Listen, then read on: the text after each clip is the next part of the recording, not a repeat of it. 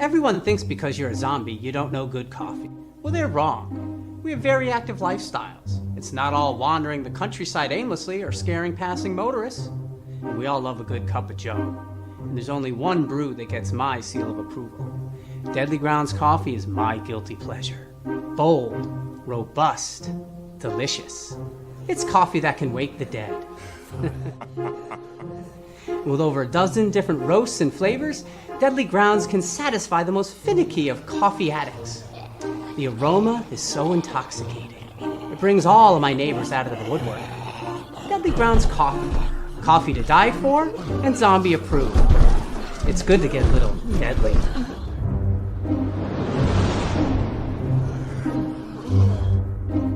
Use the front door! Oh, they're so disgusting.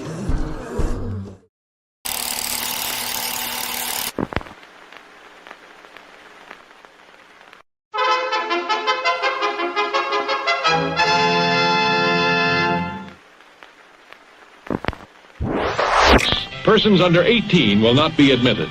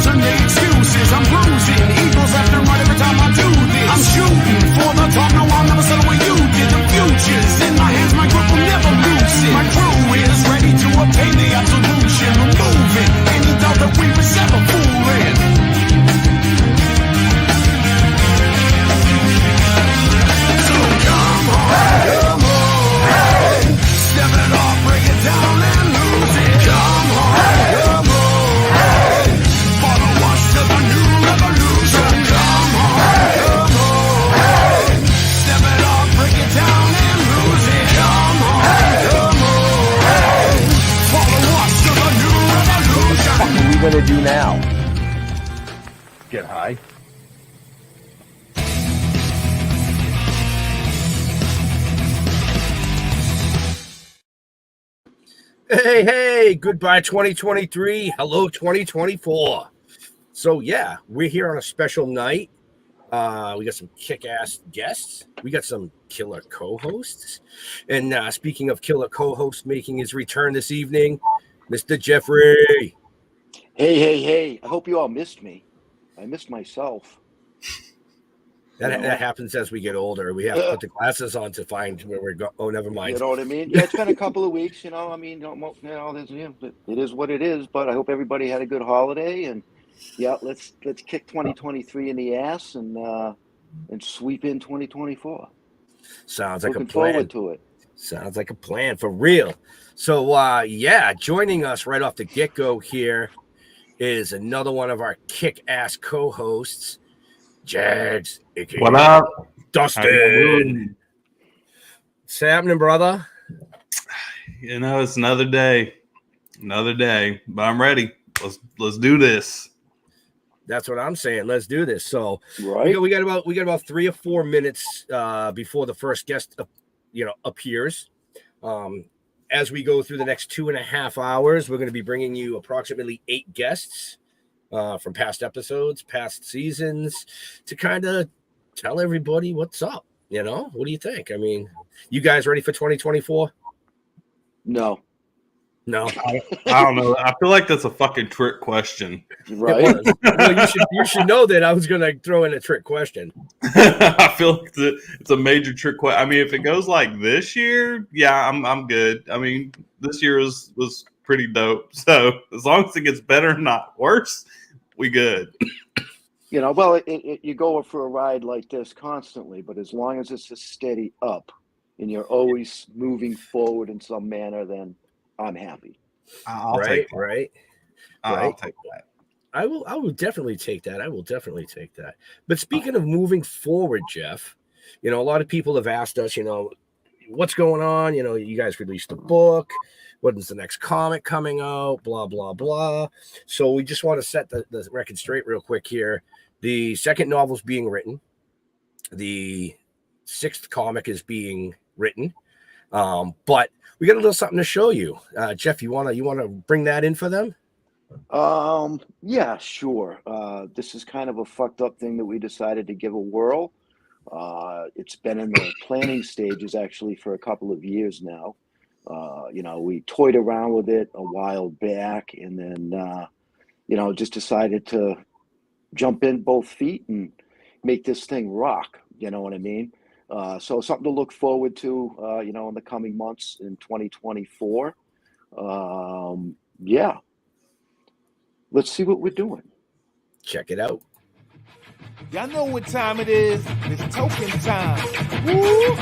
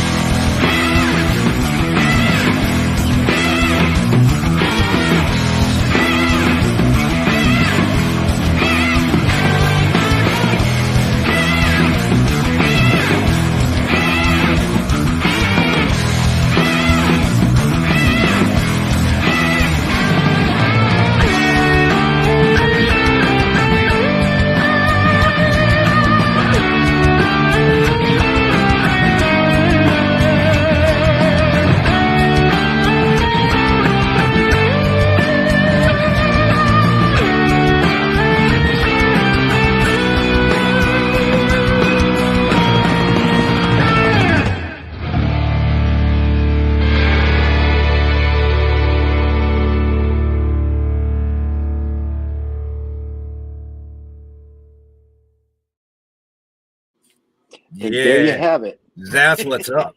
That is what's Okay. up right there. Okay. So for all our viewers, that's kind of what we've been up to for the past year. But we'll get more into that in between our guest breaks because we're only keeping our guests for about 15 minutes.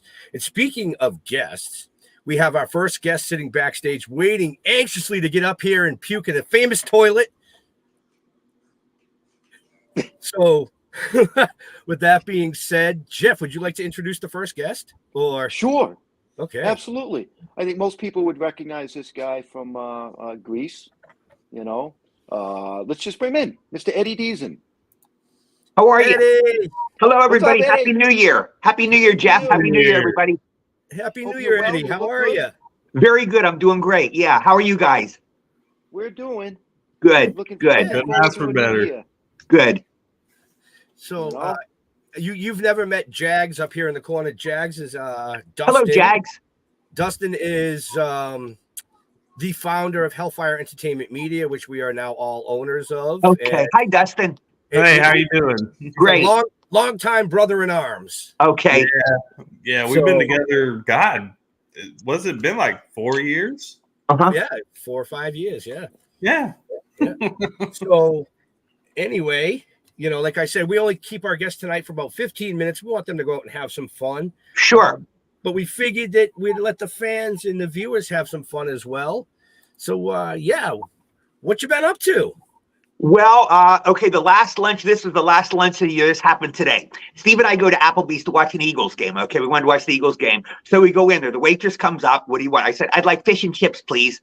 So she goes, okay, you want chips for your side? Offhandedly, I go, yeah.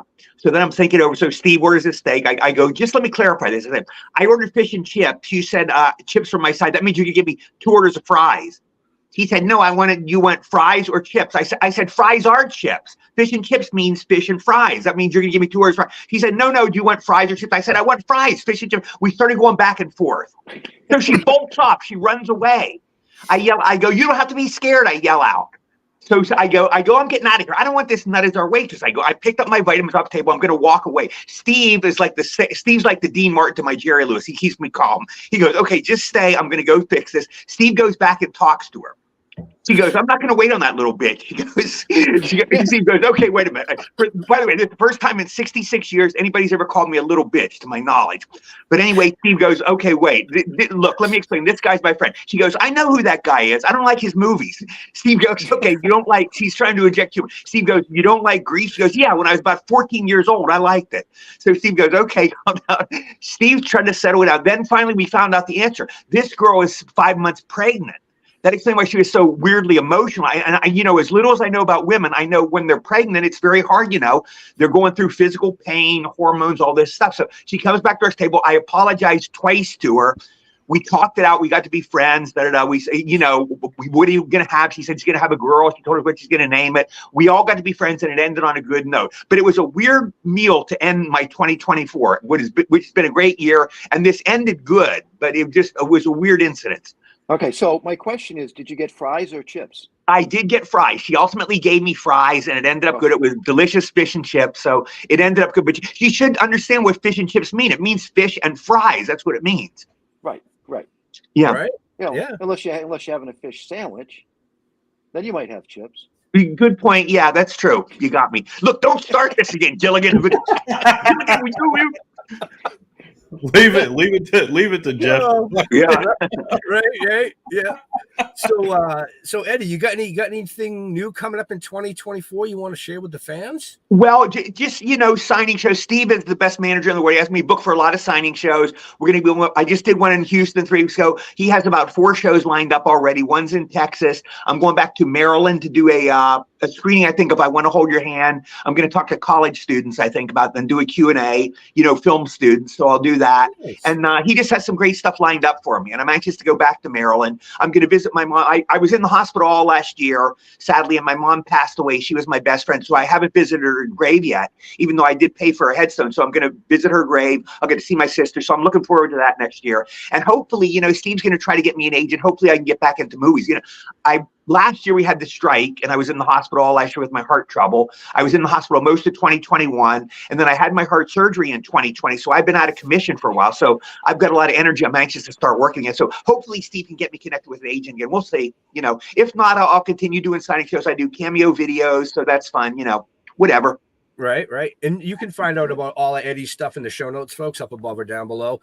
And that goes for all our guests tonight. All their info is in the show notes. If you want to know more about movies and things coming up, make sure you check out those show notes. So, but I'm not going to hog the guests because we only have 15 minutes. So one of you two. My fiance is back here freaking out because she just heard his voice and came in. She's like, right. She loved Grease, and I remember growing up, I had to watch that thing about 15 times a day with my little sister. Yeah, I've seen it like 100 times. And you always see it's the ultimate feel-good movie. Steve and I watched it about 5 months ago, and I was a little bit down. I had such a good year. I've been happy pretty much the whole year. I'm free out of the hospital. I feel so good. But we watched it, and it does make you feel happier. It's got to be the greatest soundtrack ever. It's a feel-good movie. It's a happy movie. It always makes you feel good. When you're depressed, I recommend Grease, and I guarantee maybe you won't get out of your depression, but I think you'll feel a little bit better watching it. Yeah, I well, agree with people that. always told me that watching a movie like Grease, it'll make you want to dance. Yeah, not me. I Yeah, don't fucking dance. yeah, absolutely.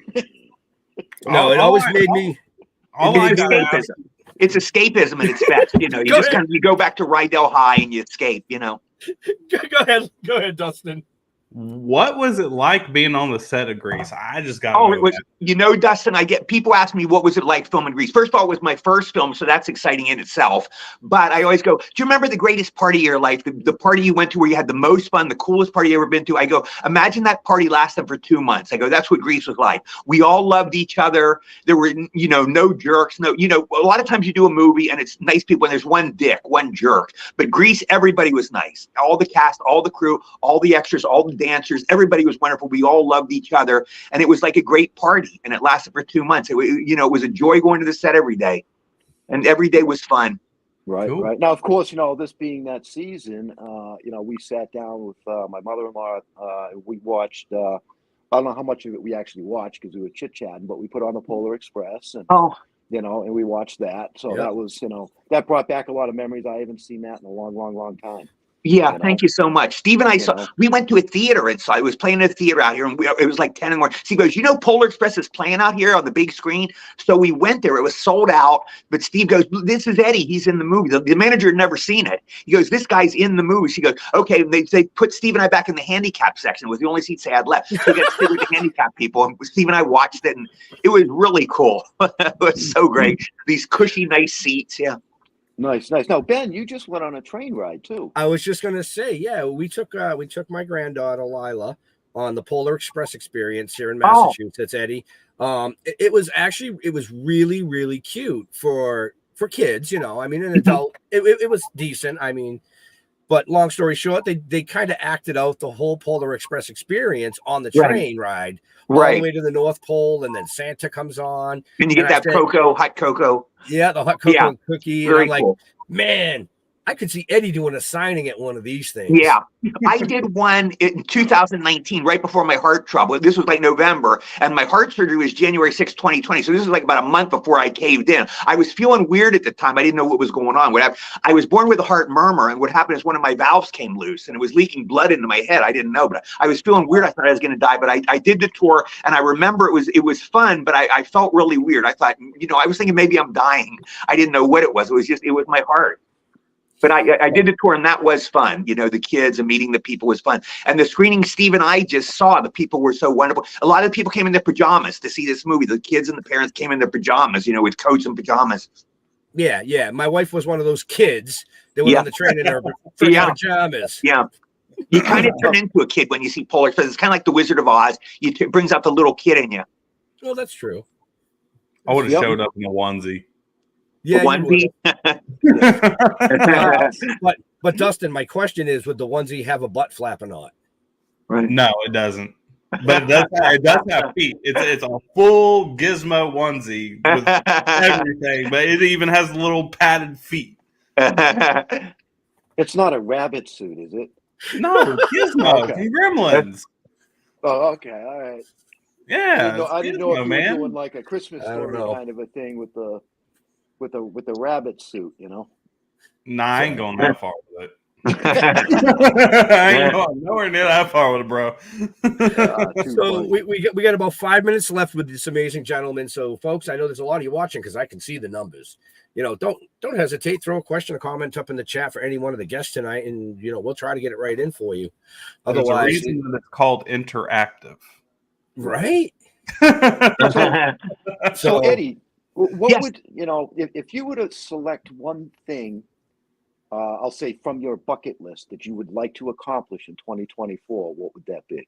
I would say on a personal level, I want to get a dog. Well, obviously, I always want to get a girlfriend. I always like to get, you want to find the right girl. I'm 66. I've been looking all my life. I've had 3 good girlfriends in my life. I was married once. I've never been a ladies' man, but I like to find the right girl. There's a girl I do love. I've loved her since I was 12. She's kind of my rosebud, Citizen Kane. I always remembered her, but she's kind of the one, but she doesn't want to get married. She likes being single better. But on another personal level, I want to get a dog this year. I want to name it Curly after Curly of the Three Stooges. And we want to get a new place. I'm living with Steve and his wife, Denise. and it's kind of a small place. We're looking for a house. So and I know Steve really wants to move. So I'd like to get a new place for us this year. And I like to get an agent and hopefully get back into films. I'd like to. I'm 66, so I'm not a spring chicken anymore, but I'm hoping, an agent, and maybe I could get a movie. I've had so many great things on my bucket list happen. Maybe this would happen too. We'll see. Nice. Do you have a specific breed of dog that you would like to have? You know what? I love them all except poodles. I like any kind of dog except the poodle. I just don't like poodles for some reason. But I tend to I like beagles. I like chihuahuas. I love fox terriers. Those kind of small like dogs, something like Small that. to medium Maybe not a size. big dog like a German Shepherd or boxer. Well, I like boxers too. Maybe something like that. We'll see. Yeah, okay. I mean, they have like the what do they call them? They look like the mini Dobermans. Mm-hmm. They're like the size of a little Chihuahua. Oh yeah. Okay, yeah, maybe something like that. Yeah. No, and those are cool little dogs. Yeah, I like to raise a dog. And I always had him when I was a kid, and I haven't had him in a long time, since I was growing up in Maryland. We have a dog, Kahlua, that lives here, who I love, but that's Steve and Denise's dog, but it's a real great dog. Mm-hmm. Nice. So you say a girlfriend. Have you ever seen the movie Revenge of the Nerds? Oh, sure. Listen, I get asked all the time. You look at me. Everybody, why were you in Revenge of the Nerds? Or I've got mistaken for it. You're the guy in Revenge of the Nerds. No, I'm not. No, I'm the guy in Race That Up. But the obvious question, why were you not in Revenge of the Nerds? I was one of the original nerds, in the 70s. Mm-hmm. And Adam Field, who produced the film, I did a movie with him called The Whoopie Boys. It's a funny movie, but it tanked. But it's a funny movie with Marshall Warfield, Paul Rodriguez, Michael O'Keefe. But anyway, I said, why was I not in Revenge of the Nerds? And this is what he told me. He said, for Revenge of the Nerds, the joke was we wanted to get regular guys, put them in glasses and make them look like nerds, but we wanted to get good looking guys. He said, be a nerd. He goes, you look like that. That's why we didn't hire you. That's what he said. Maybe he was trying to placate me, but that's how he explained it to me. Wow. So I never even auditioned for Revenge of the Nerds. You think I would have been a natural for that. Right. Yeah. Oh, yeah, absolutely. But there's one specific scene in there when they're doing the battle at the end, mm-hmm. where the nerd ends up in the mirror house or the moonwalk house with the beautiful girl and the lights mm-hmm. are out. Yeah. And he comes up into frame and she says, are all nerds like that? See, that's all you just got to tell them, Eddie. Yeah. Like that. Exactly. Exactly. You'll have your pick of the litter. I mean, do you mind being typecasted as the nerd in all the films?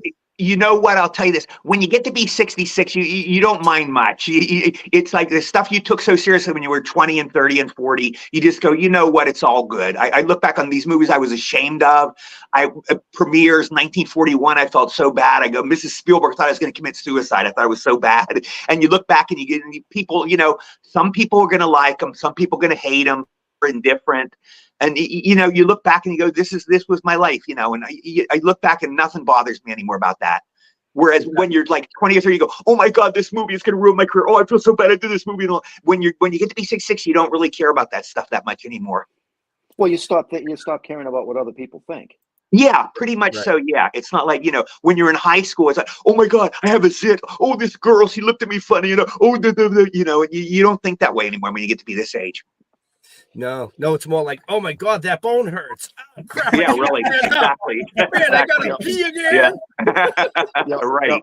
Yeah. So what you're saying is you're looking for a nice girlfriend so that she can assist you to like get up out of bed, help you stand up. Yeah. Well, actually, I'm in pretty good physical shape compared to other people my age. I get like occasional pains here and there, but I'm in pretty good physical shape. For instance, Steve and I, we finished our meal today and we walked about 2 miles. I wanted to go to a Starbucks and Steve and I walked like 2 miles and Steve's 20 years younger than me. He's slow down. So I walked the 2 miles. It didn't even affect me. I felt full of energy.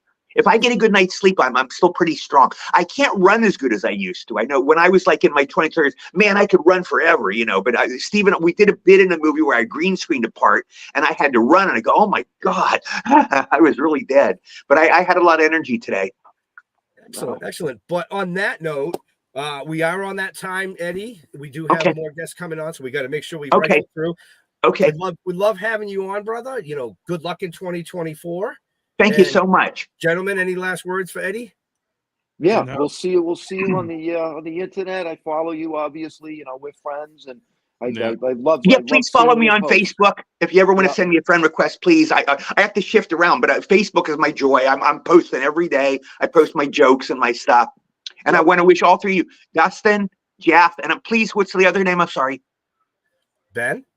Ben, Oh yeah. Dustin, Ben, Jeff.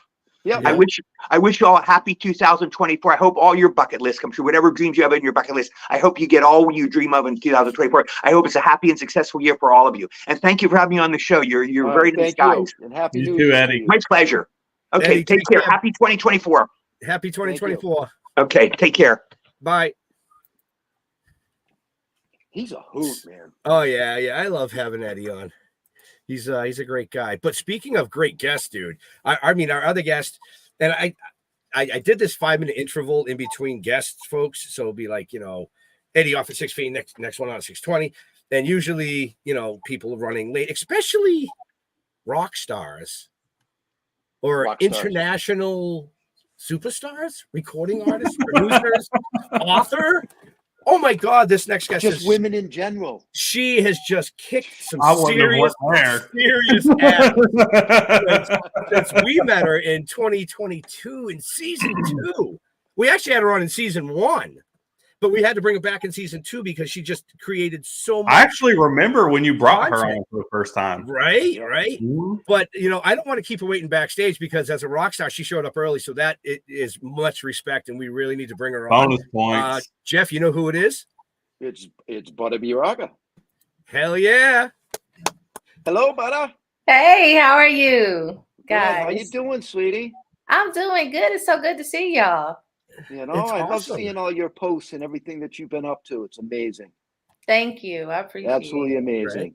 Right? Well, not just her, but the whole family. Oh yeah, the whole family. Yep. All of you. I mean, you guys are just amazing. I appreciate you saying this. This feels like a family reunion right here. Yeah. Right? It does. Like I said, we are going into season 5, 180 episodes. Wow. And out of 180 episodes, we've only had 3 guests ever that were repeat guests. And you were one of them. Wow. I'm Yeah. humbled to hear that. Thank you. Well, you have so much going on. We kind of had to. Yeah, it was I like know, right? to be continued next season. That's how we hook them. Right. That's how we hook them, Butter. We hook them like that. So why don't you tell everybody what you've been up to? Oh man. Well, I'm writing films now, executive producing, writing, directing, starring in, and putting my own music in films. My first film, Finding the Perfect Guy, is a feature film that has been out now for 4 months, and it is streaming on 17 platforms, including Amazon Prime, Tubi, Reveal. It got picked up in India, in Africa, in the UK. Wow. Nice. Yeah. And this is my first one, so I'm really excited about that. Oh, and, I started my own film production company, and so now I'm doing screenings at Studio Movie Grill, which is where I had my debut, because it was nothing like seeing your film on the big screen. Anything I do it big, right? So when I did my first premiere, I booked the biggest night. I booked the biggest room and completely sold out in 2 weeks. And so now I have opened that up to other indie filmmakers, and I'm helping them rather, live out their dream of showing their films on the big screen as well. So yeah, it's been really cool. And I've been bringing different people from the industry, attorneys, just various people in the industry to come and really teach us, because I dive right in. Anything I do, I just dive. But, it'd be good to get some guidance. Well, you learn from the school of hard knocks. You know what I mean? Yes. Right? Oh, my goodness. I got so many. Sometimes the best lessons are your mistakes. Yes. I think all of us in here kind of understand that one, because Ben and Jeff, they dive into anything as hard as they possibly freaking can. Yeah. That's why Jeff ends up with so many concussions. I think the last time we dived into something, I almost wound up with a concussion. But he did get the concussion because he ran you over with a monster truck tire. Yeah, he did. Yeah, lesson learned. Once you hit 60, don't ride in a tire. But anyway. Oh, nice. we did a little filming. I think, I premiered it in my basement on a sheet hanging on the wall. Ain't nothing wrong with that. If that's what you gotta do, that's what you gotta do. You do what you got to do. Right. But Oh, yes, So, go ahead. I'm also I also have 3 books out now, 2 Yep. children's book and my adult book, Fear of Failure, Fear of Not Trying. My podcast, Transparency Talks podcast, is now picked up on 6 syndicated stations overseas in London, Italy, Japan, Nigeria, South Africa, Canada.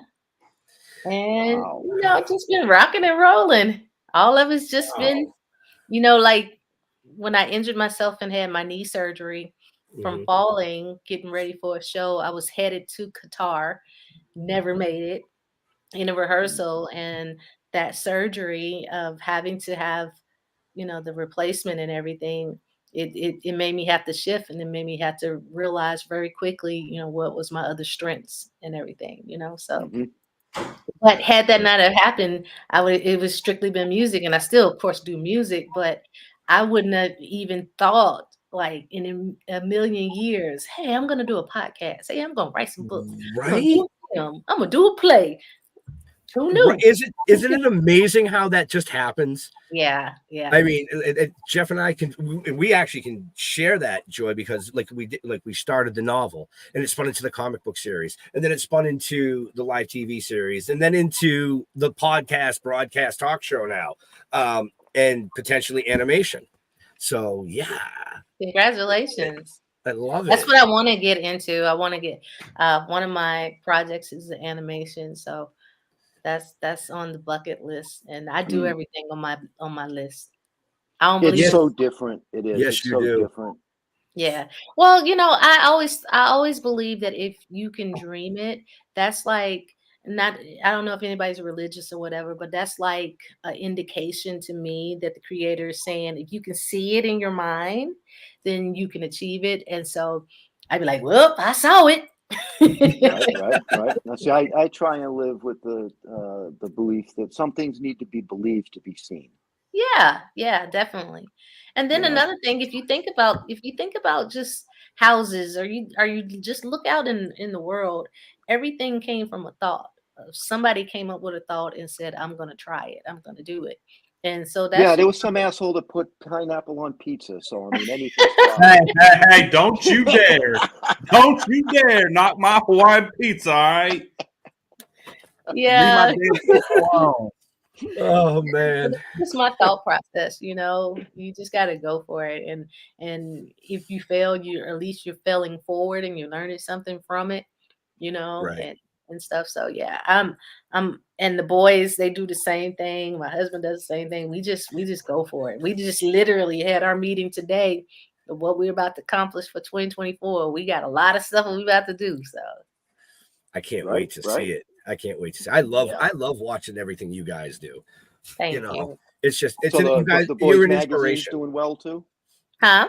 The Boys Magazine is doing well too. Yeah, the magazine is doing well, but they're not teens anymore, so they're great to switch it over. They're great. They did some rebranding, so they're about to come back out, and we got a lot of stuff about to happen 2024. It's exciting. Yeah. Right. I'm super excited. Any new music you're working on? Absolutely. You already know I'm working on some new music. I have a song that's hopefully going to be out by February, March at the very latest, and then I'll be at least putting out at least two singles this year. In between everything else. In between everything else. Yeah, because I got a couple of movies that's getting done. I have 2 films that's coming out this 2024, 2 music videos. I got some festivals and stuff, my normal singing stuff that I got to do. And it's going to be one more book birth by then. So yeah, I got a lot of stuff. Nice. You got any appearances? I mean, do you do appearances at all? I do appearances. I don't have any appearances right now, but I do appearances. Okay. So for those people watching that set that kind of shit up, make sure you reach out to Butta. Absolutely. Right. And you are in Georgia? Yep, I'm in Atlanta. That's she's right. Close, So she's close to me. right. So Georgia popping Horrorcon. Right. Just saying, Georgia popping Horrorcon. Billy Millstat. Anyway, sorry, I had to clear my throat there, folks. Yeah. Yeah, I heard that. Nice. So, if there's one thing that you absolutely will concentrate and must get done in 2024, just one, what would that be? Over and above everything else, My next film. your next film. Nice. Okay. You can't just leave it with one. No. Okay. You cannot. One is like, okay, they supported you. Did they support you because it was your very first one? Did they support you because it's really good? So you got to come. You have to come hard for the second one. Yep. And find out what they really think. Exactly. Right. Ain't that the Gotcha. truth? Gotcha. Excellent. Hell yeah. Dustin, any questions for our amazing guest? We only have about 6 minutes. Am I reading that right? Probably Yeah, not. these are quick and short tonight. Yeah. It No, I'm, is. just, It went that fast. I'm checking times. So if there's only one thing you could Yeah, it's like concentrate 7 on, or 7 or 8 minutes. Sorry. if there's only one thing you could concentrate on between music, movies, and books, which one would you choose? It's now going to be movies, because within the movies, I can do branding of my books like I did, and I can do branding of my voice and put myself in there singing like I did. That would have been the correct answer. That was good. Absolutely. That was good. She's like, I picked one, but it included all. See? Yeah. So if you Yep. saw, if y'all got a chance to see the first film, man, I had the magazines, everything I had was absolutely in there. Well, hey, I mean, self-promotion is very important. Absolutely. If you're not gonna do it, who gonna do it? That's right. Right? That's entrepreneurship at its best, right there, ladies and gentlemen. Absolutely. Oh, yeah. Oh, yeah. You know, you can't just sit around and wait for things to happen. You've got to make it happen. Yeah, you do. You really do. Yeah, if you think somebody's going to come around and give you a break just to give you a break, you are freaking mistaken, because it's not going to happen. Yeah. Nope. Mm, Absolutely not. Nope. So Been you look there, good. done that. You know, you look good, Butta. Thank you, Jeff. I appreciate you saying that. I'm trying to. You do. You See, I'm look good. smiling extra hard because I'm on the show with you guys. I always be blushing when I get around you guys. Well, that's a good thing. You ain't been around them in person. Oh, well, you know. Touche. I'm just Blushing saying. and more. I could bring up some All in stories. due time. All in due time. No, actually, I mean, I've toured with these two. Trust me. I mean, next time we're down in that area, and I mean, I might be down there in October for somebody's wedding. Mm-hmm. Down in Atlanta? No, South Carolina, No, okay. possibly, but not too far. But yeah, one of these days, we definitely, because I want to meet all of you. You know, You have to meet us, but I think we'll be coming to New York soon. So, it's only 3 hours. Yeah, it's not bad. Yeah, we'll figure it out. We will definitely figure it out. So, where are you at? I'm in south of Boston. Yeah. Oh, okay. Okay. Yeah, and Dustin you're in South Carolina, right, Dustin? Yeah, I'm in Beaufort, South Carolina, home of the Marine Corps. Okay. Right down the road from Paris Island. Gotcha. Yep. And I'm like 15 minutes from Bend, so we're in the same area. Yeah. Okay. So now that I can see out of my glasses and I cleaned it properly, we have about 5 minutes. Hey, listen, man, this is not a standard Wednesday night show. This is a special New Year's Eve special, you know, because we really do miss a lot of our older, you know, guests that we've had on. Not older as in age older, as in older season. Yeah, careful how you word things. He's trying to call me old. I get it. They were. I saw the eyes going confused me. I was like, no, I didn't mean it like that. He was trying to correct that really fast. So is there some place you would like to visit and travel to in 2024 that you have yet to be able to get to? I want to go back to Hawaii. That's my favorite place in the whole wide world, and I would love to be able to do a film over there. It costs so much money. Oh my goodness! But that's where I want to go. Right. Right. Now I Hawaii's wouldn't beautiful. want to know what Yeah. that price tag would be. Not Honolulu though, because Honolulu looks like Miami. It looks like Puerto Rico. I Yeah, want to yeah. go to the small islands and stuff. Yeah. My favorite island was Kauai. I like that one. I like that one. You know, it was very nice. It's not all built up, and I've heard but you gotta, Honolulu is pretty much a tourist trap now, and that's about all it is. Yeah, Honolulu. It really did remind me of Miami. I was like, what is this? The only thing that as far as like Honolulu, you got to go to Pearl Harbor. You have to do that one thing. Yeah. But that's a history. That's a history thing. That's true. You know what I mean? Very true. Otherwise, give me a beat. I don't want to go to Waikiki. Yeah. Screw that. I want to go somewhere else where there's no people. Yeah. Yeah. Just put me in some damn little bar on a beach, and I'll be happy. I don't give a shit. Wow. As long as they have good drinks and some beer, and the only thing I didn't like about Hawaii was the fucking water's too damn cold. No, it's cold. Really? Yeah. I like the Caribbean island waters. Yeah. See, I like our waters here. Our waters here is hot, like bath water hot. I don't think I would like bath water hot. Yeah, it's hot. I like the water here though. I've been to the West Coast and that's way too cold for me. I don't do cold. Cold. I mean, I think I went swimming in the ocean in Hawaii like once or twice. I just couldn't deal with the shrinky dink. It was in my head to say something, and I'm gonna save that for in between because of being professional right now. Yeah. Okay. Hey, it's the end of the year. Yeah, that is true. He's got to talk about this. What are y'all doing for New Year's? Well, we're gonna do this for the next 2 hours. Okay.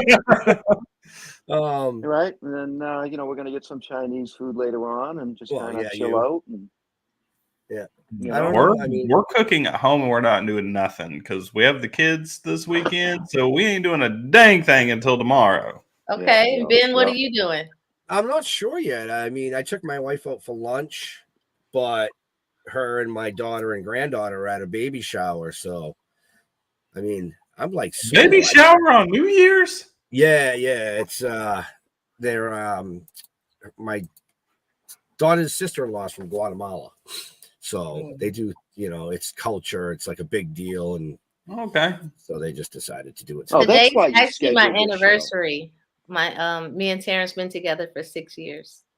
Tonight? Congratulations! Congratulations! That's awesome. That's awesome. Thank you. Wow. The days of me going out on New Year's are long over.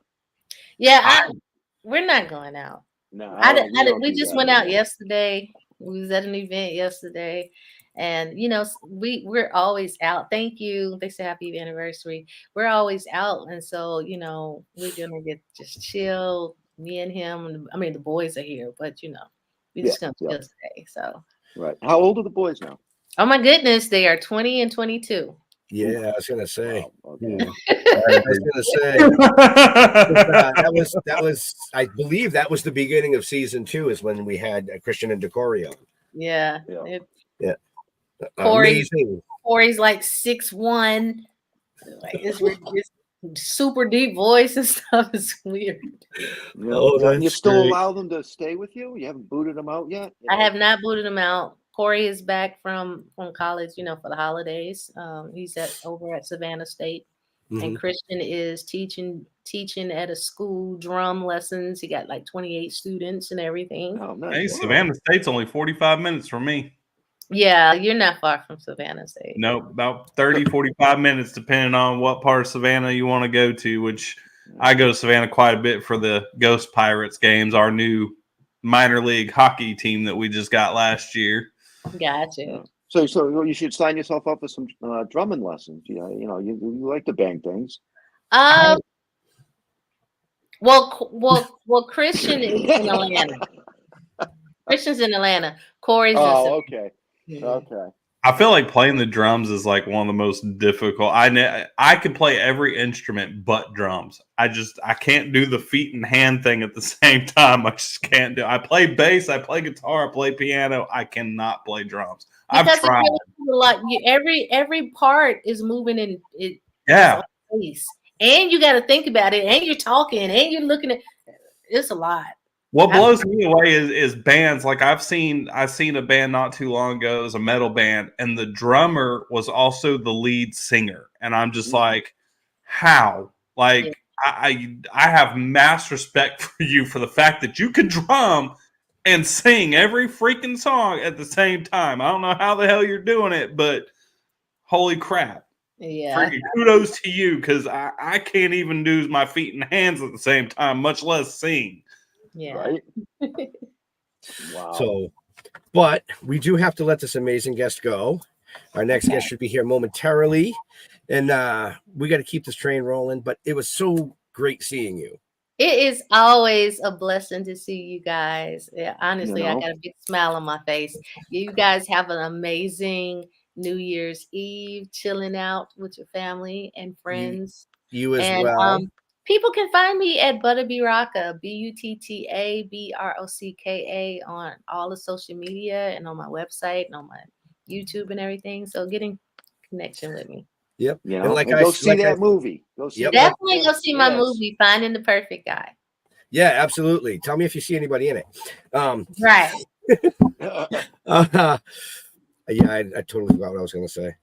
I totally just lost it. I just went numb. Zip. Completely. Not always a bad thing. Yeah. No. Well, you can just text me. That's what I was going to say. You can find out about our amazing guest, as she said, at her website. All her information's in the show notes up above or down below. It's like I said earlier. So You have a fantastic New Year's Eve, and I wish you a very, very wonderful 2024, my dear.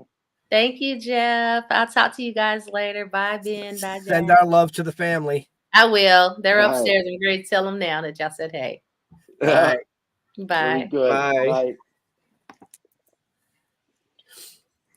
Yeah, she's been So- busy. Yeah, she has. She's been doing a ton of shit. You know. So, but I yeah, did a lot of shit. Damn. right. I mean, if you guys don't follow her, meaning our viewers, y'all should. I mean, she's got a lot going on, man. A lot going on. Yeah, she does. So do y'all, though. You got Sometimes. the cartoon, which I'm Yep. right there behind y'all because Yep. I know I am using the same animator that y'all do on Mr. Dow. Yeah. We decided with Hellfire that we're going to go ahead and move forward with our own comic book and animated series. And I went ahead and entered it in our first film festival for Shockfest. So, but I just Right. put the little Scoops little mini clip in, and Right, we're right. gonna start working on it come the first. So I'm right behind y'all. I'm about, I don't know, I'm still probably about 10 miles behind y'all, but I'm gonna try to catch up. You know, well, it's always a work in progress. That's all. You know. It is. It is. I mean, you know, I started working full time a couple of years ago, and between, you know, with the new family and kids and everything else, it's like I got to fit in little 30 minutes there, an hour and a half there, 2 hours here. And I got to catch up with y'all motherfuckers because I'm way behind. Well, all right. If you guys are good, I'm gonna go take 5. Go. Check okay. on Yeah. some things. All right. And I will be back in. All right. I'll sit here All and right. bust Ben's Do you want chops me to till you come actually back. just log out, Ben, and then log back in? Just mute camera and mic. You want me to just do that? Yeah, just mute camera and mic. Then you don't have to Okay. log back in. Okay. Sorry, one of the guests. Yeah. No, that's all right. I'll sit here and fuck around Ben until you come back. Hey. Nice. Oh yeah, just what I wanted. Come on, man. Yeah, y'all miss me. Y'all miss me. Oh hell yeah! I told you that. You know. I So miss I mean, I miss touring. Touring was fun. right, Touring. and there's a lot of that coming up. You know, in the near future. But you know, I'm kind of glad you brought that up. I got a 15-second commercial here I want to play for one of the things that we're going to be doing in February. So yeah, take a look.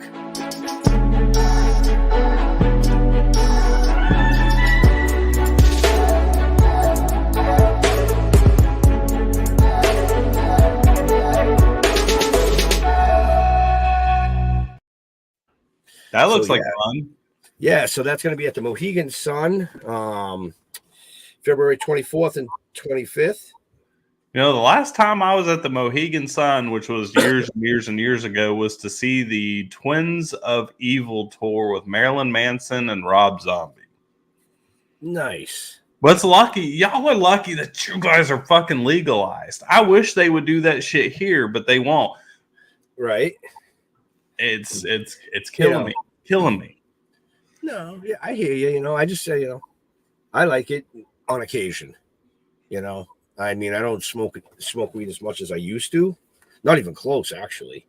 But on occasion, I need to unwind.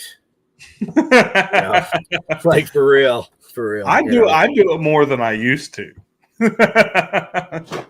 I do it way more than I used to. Shout out to my boy Trey over at treyhouse.com. Y'all, if you need anything, just look it up, treyhouse.com, and they got some beautiful products. Very cool. Very cool. We like creative art. Yeah. Products. Yeah. We like it. You know? His art is pristine. The packaging is beautiful. Even psychedelic on some of it. Oh my god. That's too fucking funny. Oh shit. I gotta switch over here. Oh, look who's in the chat. Oh, look at there. Oh, Mike Katz. Mr. Mike Katz in the chat. Yeah, y'all can always catch Mike with me and Kitty and Smew and I Easy saw that. 606 on Thursday nights on Buzzkill Cinema, which I think this Thursday we're going to do Brain Damage. Nice. So all of you that's seen that little cult classic. I know a lot of people will be doing some brain damage tonight. Oh, I'm so glad it wasn't halfway through Swan because I would have spewed beer everywhere.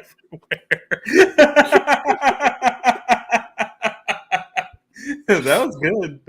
In one form or another. I give you that. I don't have the golf clap button like I normally do. So wait, hold on. Do I have it? Do I have one? Oh, I do. Look at this. There we go. Yeah, the soundboards are amazing. Oh yeah. Because originally, you know, Leo's like, oh, you know what? You should do like this every time a guest comes in. And I'm like, well, yeah, that'll work. But all of a sudden, I mean, Butter literally was like 5 minutes early. Right. That's why I got messed up with my time. I was like, oh, we only got about 6 minutes. And then I looked up and I'm looking at the next guest time and I'm going, oh shit, man, he don't come on till like 6:40. And he's already 5 minutes late. You know, that's Charlie Schlatter, the Flash. You know what? Yeah. What? He'll be like, oh man, he'll pop in during like somebody else and be like, dude, I totally forgot. I'll be like, well, you were going to get 15 minutes, but unfortunately, you know, this is going to be like your career, a Flash. God damn, Ben. Where? Hold on. When was he the Flash? He voiced the Flash, most longest running voice of the Flash. Okay, so animated series. Yeah, I'm pretty sure. Let me double check. I'll double check. Like, shit, I got to check my show notes. That's all right. That's because it's New Year's Eve. Yeah, that's what it is. Early. Right. Now we need the Jeopardy theme song. which I do have on Right. my soundboard. Right. Oh, fuck. You go entertain yourself, Dustin. Be my guest. Oh, shit. Y'all just come over to my house. There's plenty of entertainment coming over here. Okay, never mind. My fiance turned around and gave me a look. Oh, okay, never mind. What the entertainment is? The children are the entertainment. Okay, she looks at you like facts. Yeah, I figured. Trust me, y'all want constant entertainment? Come hang out with my kids for like an hour. Right. You'll have all the entertainment that you fucking need. I promise. So, but for those that are watching and the ones that are watching that weren't paying attention when I said it, the next guest is supposed to be Charlie Schlatter, but I believe he's running behind because that is just normal sometimes. So that's I why thought the Flash was supposed to be fast. Well, his wife said in bed, but that's about it. Just saying, you know. Listen, this is what happens when they don't show up. They get roasted. That's part of the New Year's Eve thing. I mean, and then Jeff leaves us alone, and all hell breaks loose. Right? Yeah, literally, Jeff left us alone, and it just went right down the gutter. There he is. He looks happier though. Literally. See, even the chat agrees. Listen, I'm just gonna say it. When you're watching this later, Charlie, that was the deal, man. You don't show up, you get roasted for the 15 minutes that you're supposed to be chatting about what's going on, and it's all good though. But your info's still in the show notes, so people can still check you out. Right. Even though he's supposed to be the Flash and should have been here before Eddie, and he definitely wasn't. Well, maybe he was just in an alternate universe. Oh, we're pulling the multiverse into this. Hey, what the hell, man? I might as well. I've already ragged on him. So was the interview already over then? Did we just speed through it? We don't remember it because it went so fucking fast. Yeah. Exactly. But that's all right because coming up in about 5 minutes, we have the next guest. So you're going to put up with us for 5 more minutes. I mean, it's that simple. He went so goddamn fast, y'all didn't even see it. It's already over. He was like, I hit it and quit it. Oh, damn. I didn't know you were going to go there. Oh, I didn't. I told you. You got me started, man. You got me started. I'm just going to say, I'm going to blame Dustin. It was all Dustin's fault. Me? That's my fault. Listen, I got all the viewers, man, that can back me up when you said, go ahead, Jeff, take off. I'm just going to sit here and bust Ben's balls. And he did. So I just retaliated, and it just turned into a retaliation on Charlie Schlatter instead. But nicely, I'm just roasting him a little. Yeah, just a little bit. No, that's okay. I think the last time you roasted somebody almost ended me up in a bar fight, and Jeff made me go to bed. Yes. If y'all remember that. Yes. No, I don't remember anything. Oh, bullshit. I know that story very well. I very much remember that story. So, like I said, for a little guy like myself, I was playing bodyguard. Yeah. So we got about probably about 5 minutes, like I said before, the next guest. So I'm gonna jump out and grab a quick drink real quick. I'll let you two. Oh, now he's gonna go. So now I gotta fuck with Jeff. Yeah, I'll let the two of you mentally masturbate with each other for a minute, okay? Oh, there's nothing mentally about it. Yeah, no, no, absolutely not. Oh boy! Wow. So you're doing well. Hellfire looks like it's building up pretty good. It is. Hellfire is taken off like I've absolutely never seen it before. I mean, we've got a reach right now of 2.4 million and over 210,000 engaged every day, and it's slowly growing. We've got 3 new shows that are about to come out in the next week or two. So we've got Caffeine Injection coming back, which was a fan favorite for some of y'all that were in on the old school days of Hellfire. Caffeine Injection was a morning horror show that is actually coming back. A couple of new hosts. I'm the only original one on there, but there's like 4 new ones coming on. We have Hellfire Lounge coming out, which no one's safe on that one because that's going to cover any topic that we fucking decide on that night. So that's coming out. Easy 606 has a show coming out that's kind of pretty much everywhere within fandom, I guess. So anything from comic books. You still doing the sports thing? And yeah, the Chronic Sports. Chronic Sports is on Wednesday nights at 9:00. So that's still up and going and moving strong. Buzzkill Cinemas Thursday nights. We have the ladies in their little podcast, Sluts for Smut. Which I knew that look was coming. That they cover their little dark fantasy romance books, which is actually doing fucking phenomenal. I did not think that show was going to do as well as it, and it is fucking killing it. Well, those romance novel things. I mean, that's like a mainstay. It always has been. Yeah, but those books get nasty. Yeah, like nasty.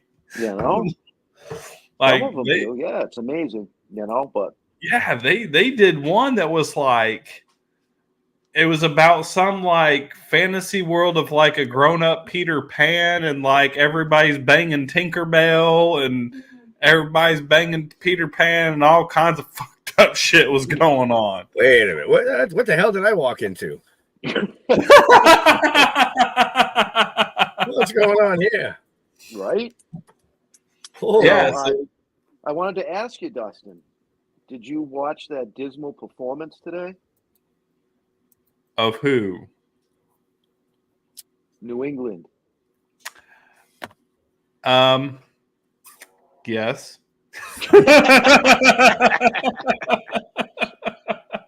Yes. I wish, because I've got 2 favorite NFL teams. I've got obviously the Patriots and the Jacksonville Jaguars once they became a team because I'm originally from there.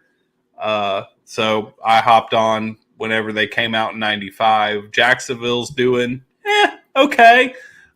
New England, I don't know what the fuck is going on in New England. It hurts my heart. It hurts my heart. It hurts my heart. It does. It does. They have a horrible quarterback situation. I don't know what the hell Bill Belichick is thinking. I'm pretty sure he's probably going to be out the door after this. It's funny. season. I mean, I put it on and it started off with a bang. And I'm like, yes. No. Yeah, no. The Bills let them beat them once this year. I knew damn well that wasn't going to happen a second time. Oh, man. No.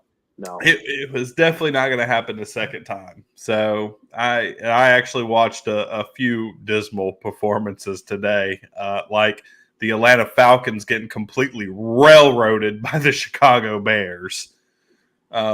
Jaguars did good. Jaguars killed the Panthers 26-0. So I'll take it. We're going to sports with Jim. Hey, he brought it up. I'm just going with the flow. Well, it did. I mean, what's the weather for tomorrow? It's like at the beginning, they put the things up, and it's like offensive yards 0, turnovers 4. Yeah. How do you do that in one quarter? Same way the Raiders scored 2 defensive touchdowns in 7 seconds against the Kansas City Chiefs on Christmas Day. Right. Wow. Not 1, but 2 in 7 seconds. Which I'm pretty sure that's some type of NFL record. It's got to be. I would think so. Yeah, definitely. I mean, we can flip it to horror. I don't care. I mean, what do you guys got going on with your series? So well, it's yeah. still kind of sitting there right now. I mean, that's it's a funding issue. You know what I mean? Yeah. So we want to push it. I was actually talking to Bill. I talked to Bill yesterday. He's got some cool shit going on himself too. But How's old Bill doing? he's doing Old. good. No, he's doing good. Hi Bill. I know you're not watching, but hi Bill. You're not watching. He's at the studio. I know he's at the studio. He's sitting in the studio drinking bourbon by now. But yeah, no, he's reached out a couple of times, over the last few weeks just to kind of check in on me and, this, that, and the other. And, right. I might take him up on his offer. He said, if you need to get away and just get away for a weekend, he goes, come on down.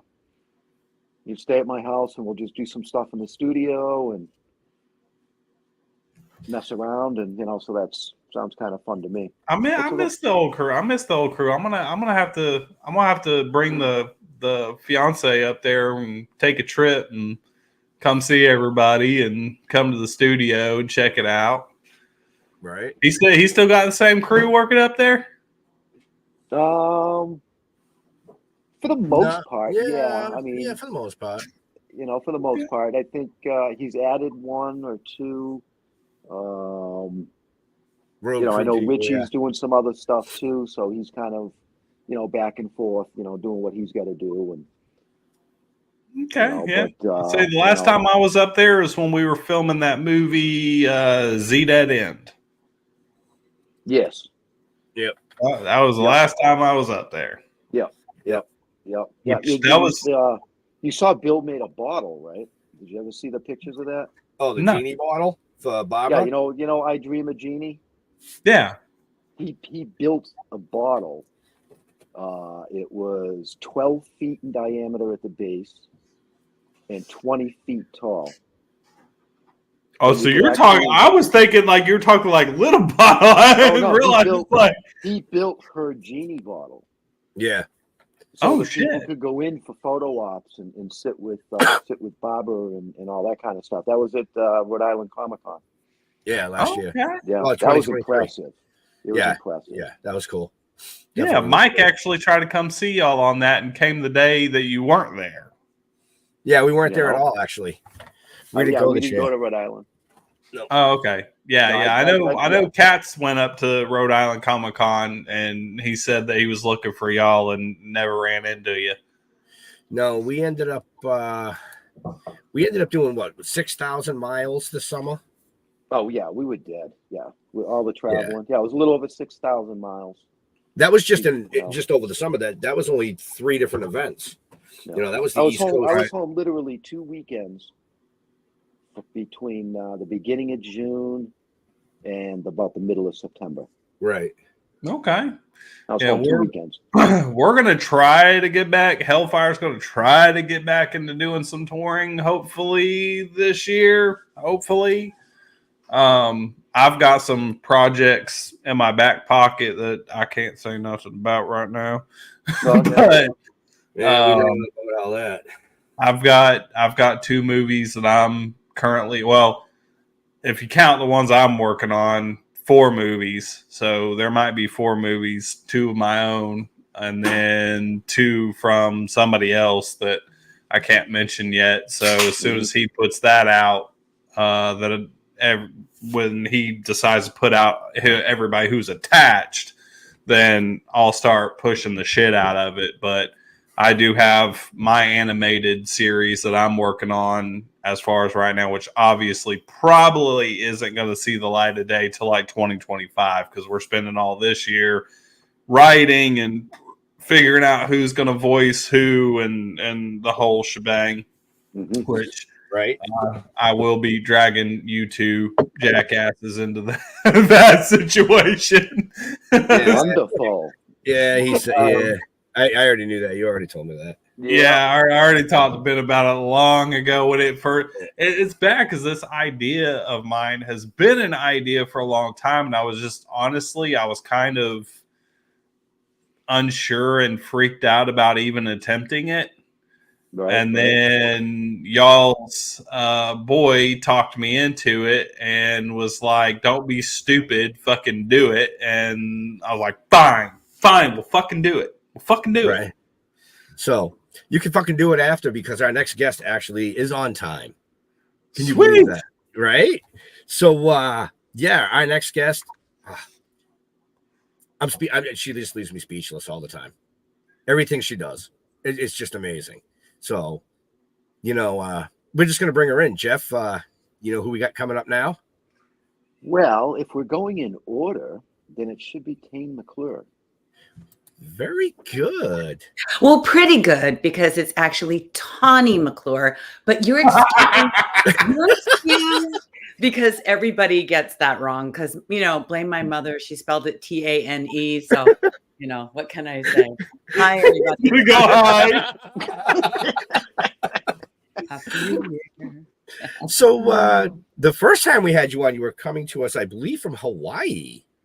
Yes, I was. I think I even had a bathing suit on. I was like, but now, now I'm home in my little editing bay office thing, and I'm going to shamelessly plug my movie that's coming out February. Would that be? Let me think. Which movie would that be? Would that be Metaxu? Very good. Seance Games Metaxu.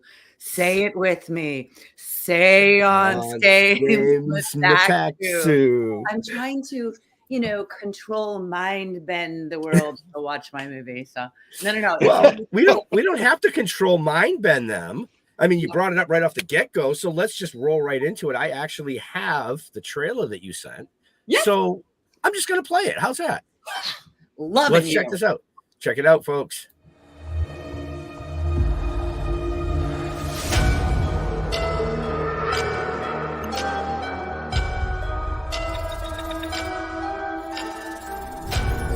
TikTok star cosplayers introducing Real Live Ghosts. Yes! It's a game where teams live stream from the scariest, most haunted places in the world.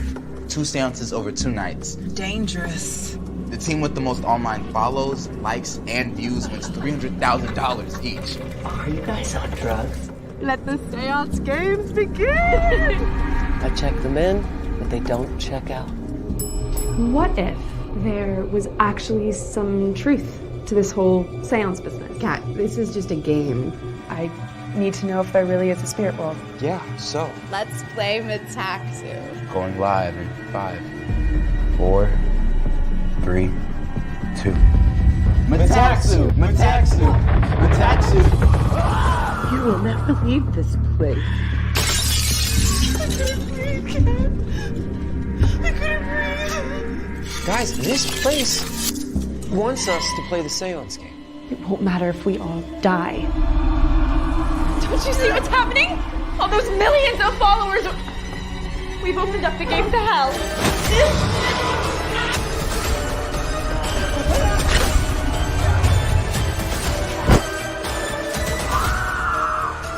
Be quiet.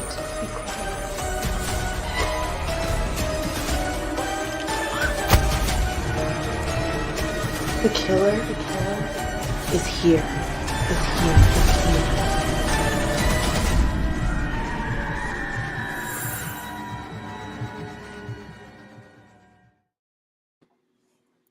Wow. Right. Real quick, I have to ask, did I see Eric Roberts in there? Yes. Okay. Yes, he plays the demon of the house. You won't recognize me because I'm wearing a red wig and I actually play his ghost wife. But we are truly supporting characters. The main stars in the movie, I have to give them credit, are the younger cast. Beautiful job by Olivia Delegan, Madison Taylor. I'm going to do this. Bernard Timmons II, Andrew James Ferguson, Farrell, Christina Lawson. They really knock it out of the park. It's an ensemble cast. And I get to brag because we have won an absolute ton of film festival awards, over 37, and including best ensemble cast. And, No, I am super proud of it, and mostly because this is an independent film, you know. Right. It was something that my friend Nisha Katran and her husband Sylvester Bowen and I dreamed up about a year ago, actually less than a year ago. And we just said, all right, we want to do a low budget film. And, somebody said, congratulations. I really appreciate that. And kind of the rest is history. And we got really lucky and we got like a really great crew. I'm going to keep bragging. Keith Jeffries, my director of photography, is astronomical. I mean, I'm so lucky. I knew him from production and I asked him, hey, he's like a really big time, cinematographer. He does like Luc Picard and like those series, and he's a BAFTA member and all that. I'm like, so I have this little independent horror movie. Can you be my director of photography? And he read the script and loved it. And he put together a stellar crew. We got really lucky. I mean, honestly, we're a little tiny independent film, and then we got picked up by Gravitas Ventures distribution and Adler and Associates for the rest of foreign. So we're excited. And we're going to go to Cannes too, but the film is going to be released in North America. The official release date is February 13th, coming up 2024. And I say, have a thrilling date night because the next night is Valentine's Day. Get it? Have a thrilling date night and watch the movie. And but pre-sales are coming out mid-January. And supposedly, and I'm just going to share this with you because you guys are my buds. There's supposedly like an algorithm with independent films that if, thank you so much. Those hallway shots look great. Oh, I got to talk about that. That if we could do well in pre-sales, it really helps to tick up the sales for Amazon. So that's a little right. Inside folks, I just want to throw this out there. Pre-sale, check the show notes up above or down below. Tawny's, all her information's in there. You just I really appreciate that. And I'm sure you can find the pre-sale right there. Well, that's what the show's all about. And that's what it was about when we had you all on season 3, It's about the guest. Yes, thank you so much. I mean, you go to the website and subscribe, seancegamesmetaxu.com. You can get there from mine too, but go to seancegamesmetaxu.com. And we've been getting a lot of subscribers. And because we're an independent film, my team and my cast are very communicative and we talk to the fans and things like that. So yeah, I did appreciate I see you got a couple comments while the trailer. Thank you so much, Lindsay. I really, really appreciate it because that's what it takes. And if you're a fan of filmmaking at all, and especially horror, you're gonna like it. I mean, the movie's got kind of like a Hitchcockian feel, by the way. It's like it kind of slow burns at first, and then and I don't want to spoil it.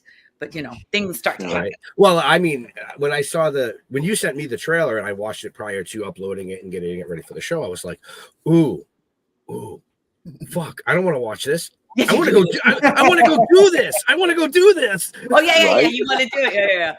No. I really want to go try this. But yeah, the funny thing is we've already got the Seance Games 2 in the works.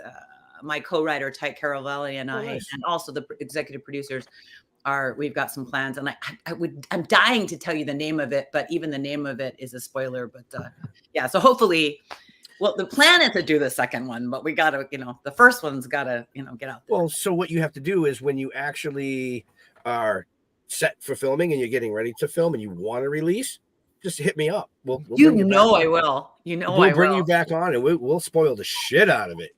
Well, that looked intense. Right? I love that kind of intensity in a film. I really, really do. Yeah, the film, when you watch it, you'll see the film.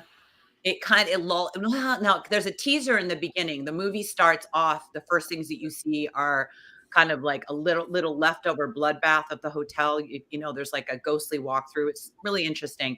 So you kind of get a hint of what may happen, but you don't know how it happens. And you don't see you just see blood. It's really interesting that we put it together. And then the group comes, the social media stars that are trying to play this game, Seance Games.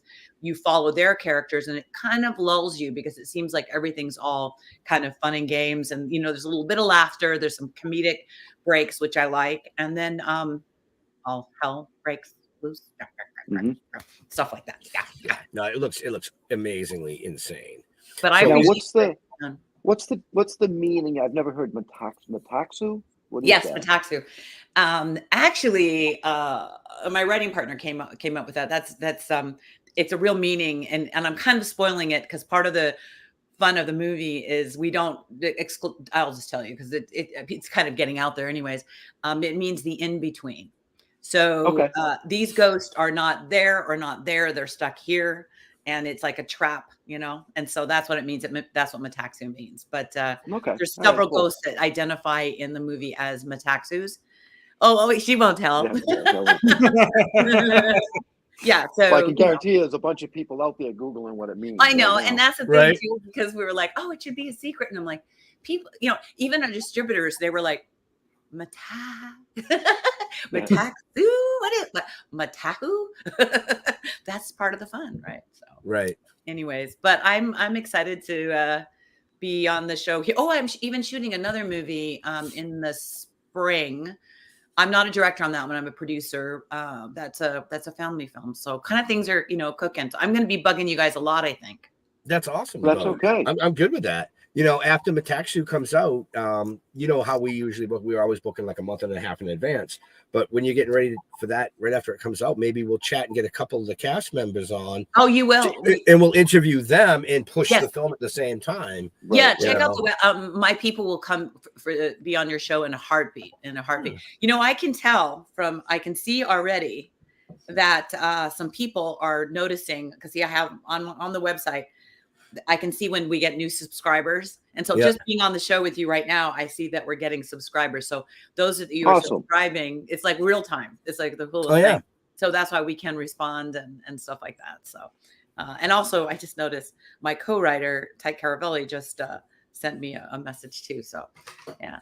So, well, hi, Ty. Happy New Year, brother. This is sorry you weren't here, but Yeah. So yeah. So what are you guys doing next? Who's on? I don't want to take up. I know you've got. Still have about. Let's see. Let me check the time schedule. Ben just ghosted. I know. We're creating like a ghost energy here. I don't know how you did that. You just whoop disappeared. So we have a few more minutes. We have 2 or 3 more minutes, anyways. I can talk about seance games, Metaxu all day long. Right. It was for those film buffs out there. It was a 2.5 week shoot, which is fast for a full-length feature film. But he is in the in-between. That's right. And we were lucky because I'm going to share some film buff stuff. So those that might be interested. We shot with 2 red cameras pretty much the whole time. The film was shot 1 camera because we did not have a giant budget. We couldn't have exact matching red cameras. So we had a red 5K, red Epic, and a red Dragon, which was 6K for the film buffs. And we have we've mastered the film in 5K. And so it looks slick, and we shot, and then it's in widescreen. So we wanted it to look really as the best that we could possibly make it, and so I'm really pleased with it. And we were lucky while we were filming. Sometimes I feel almost bad sharing this information because people are going to be like, liar. I'm telling you the truth. We didn't even go over. We never went to a 12-hour day.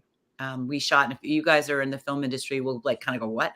Yeah. We stuck to a 10-hour schedule, and we were really, we really nailed it. I mean, I worked more than 10 hours every day, but we were, and the funny thing is it taught me a lot because I worked on a lot of movies or commercials. So I've shot more commercials and short films in my career than I have this like a feature film. But it's too easy to get into a 17, 18, 19-hour day. And the toll that normally takes on the cast and crew is actually really detrimental. And we had talked about it before. And I says, we were going to make sure that we figure out a way to keep the schedule comfortable. And we did it. And I think when you see the movie, the actors are all like spot on. I mean, they and it was hard because to keep that schedule, everybody really had to know their lines. So I was fortunate to have a lovely cast that worked, really hard to rehearse and everything prior. So that we could do the schedule to that manner. But I can't wait for you to meet my cast. Oh yeah. You guys go check out on the website. You can see all the pictures, and we even have a behind the scenes. I already did it. You did it? Did you see? I already did it. Did you look at some of the behind the scenes craziness? I was scrolling through the whole website, which I said before, folks, is in the show notes. Oh, thank you so much. I got to give a shout out to our stunt coordinator and second unit director, Mark Stephen Grove. You can check him out. He's a longtime, professional stunt coordinator, and he flew in from Colorado to do this with me. And of course, he's now got a producer credit too, because he really, really, really helped me out. But yeah, he worked with, I call them the kids, but on the stunts, and they're doing their. I can't tell you, but they're doing their own. I love how she's like, I gotta tell you, but I can't tell you. Oh my God. I'm just so excited. Go watch the movie. I want to share everything, and I'm like, oh, don't hold on. No, but he did a good job, and there's some good, blood gags and stuff like that. That was fun. Not so much that you're going to be. Well, yeah, there's blood. That's all right. Yeah. Now, where was it shot? And we shot in Sun Valley, California for almost 2 weeks straight. That was how we made that work. And typical, it's a haunted house type, haunted hotel actually. And then we also shot in the desert after that. So 2.5 weeks was in Pear Blossom Desert in California. Really cool location. You probably saw I think in that trailer, you saw the drone shots, and then also there's this really creepy gas station that we shot up that really kind of gave the film a unique look, I think. And so it's hard because when you have a limited budget, we generally can't afford a ton of locations. So you have to kind of get ingenious of how you do that. And there is a lot of VFX in the film too, quite a bit, CGI and things like that. Shooting in the desert sucks. Right? Right? No, I know. It was cold and then it was hot. How does the two come together? But it was like, because the first movie I ever did was out in California. Or part of it was in Cali, part of it was outside of Vegas in the gold mines. And we were in the gold mines during the day. It was like 130 degrees, and I'm in this latex mask, and like my shit was just melting before we could even hardly shoot. And then at night it was freezing. I'm like, what the hell is going on? Yeah, right. For us it wasn't too hot, but it was windy, and it would be like warmer during the day, and then it did get cold as the afternoon hit. But we roughed it on those days. I have to confess, but the crew was still really great. And then we had, some guerrilla type shooting too, to get certain things done. I am going to say one thing. You said it was really hot during the day and really cold at night. We call that New England. Oh, really? Yeah. Just saying. No, I've done a bunch of movies in the desert, not just this one, but like, yeah, I know exactly what you're talking about. And the wind starts to blow and you're like, oh God. But wow. So who you guys are all filmmakers, right? Or in industry? We've all been involved in different various aspects of it. Yeah, and it's fun, I tell you. I don't know if we're a little crazy, but we are. Yeah, absolutely, 100%. We have to be really crazy, right? 100%. There's like, we have to have a little something off with our noggins to want to be in the entertainment industry. Right. I just say I was born this way, so I can't help it. Yeah, it's like glutton for punishment, kind of. But I love it. I know my first day on a set, we did 22 hours, and I was in this latex mask and teeth and the whole 9 yards for 22 hours straight. I slept for 3 hours and then right back up and back into that costume and latex and everything else for another 18, 19 hours. And this went on for like almost 3 weeks straight. How did you survive that? You must have could you get dehydrated or sick or anything? I didn't get sick, but there was a lot of ones that did.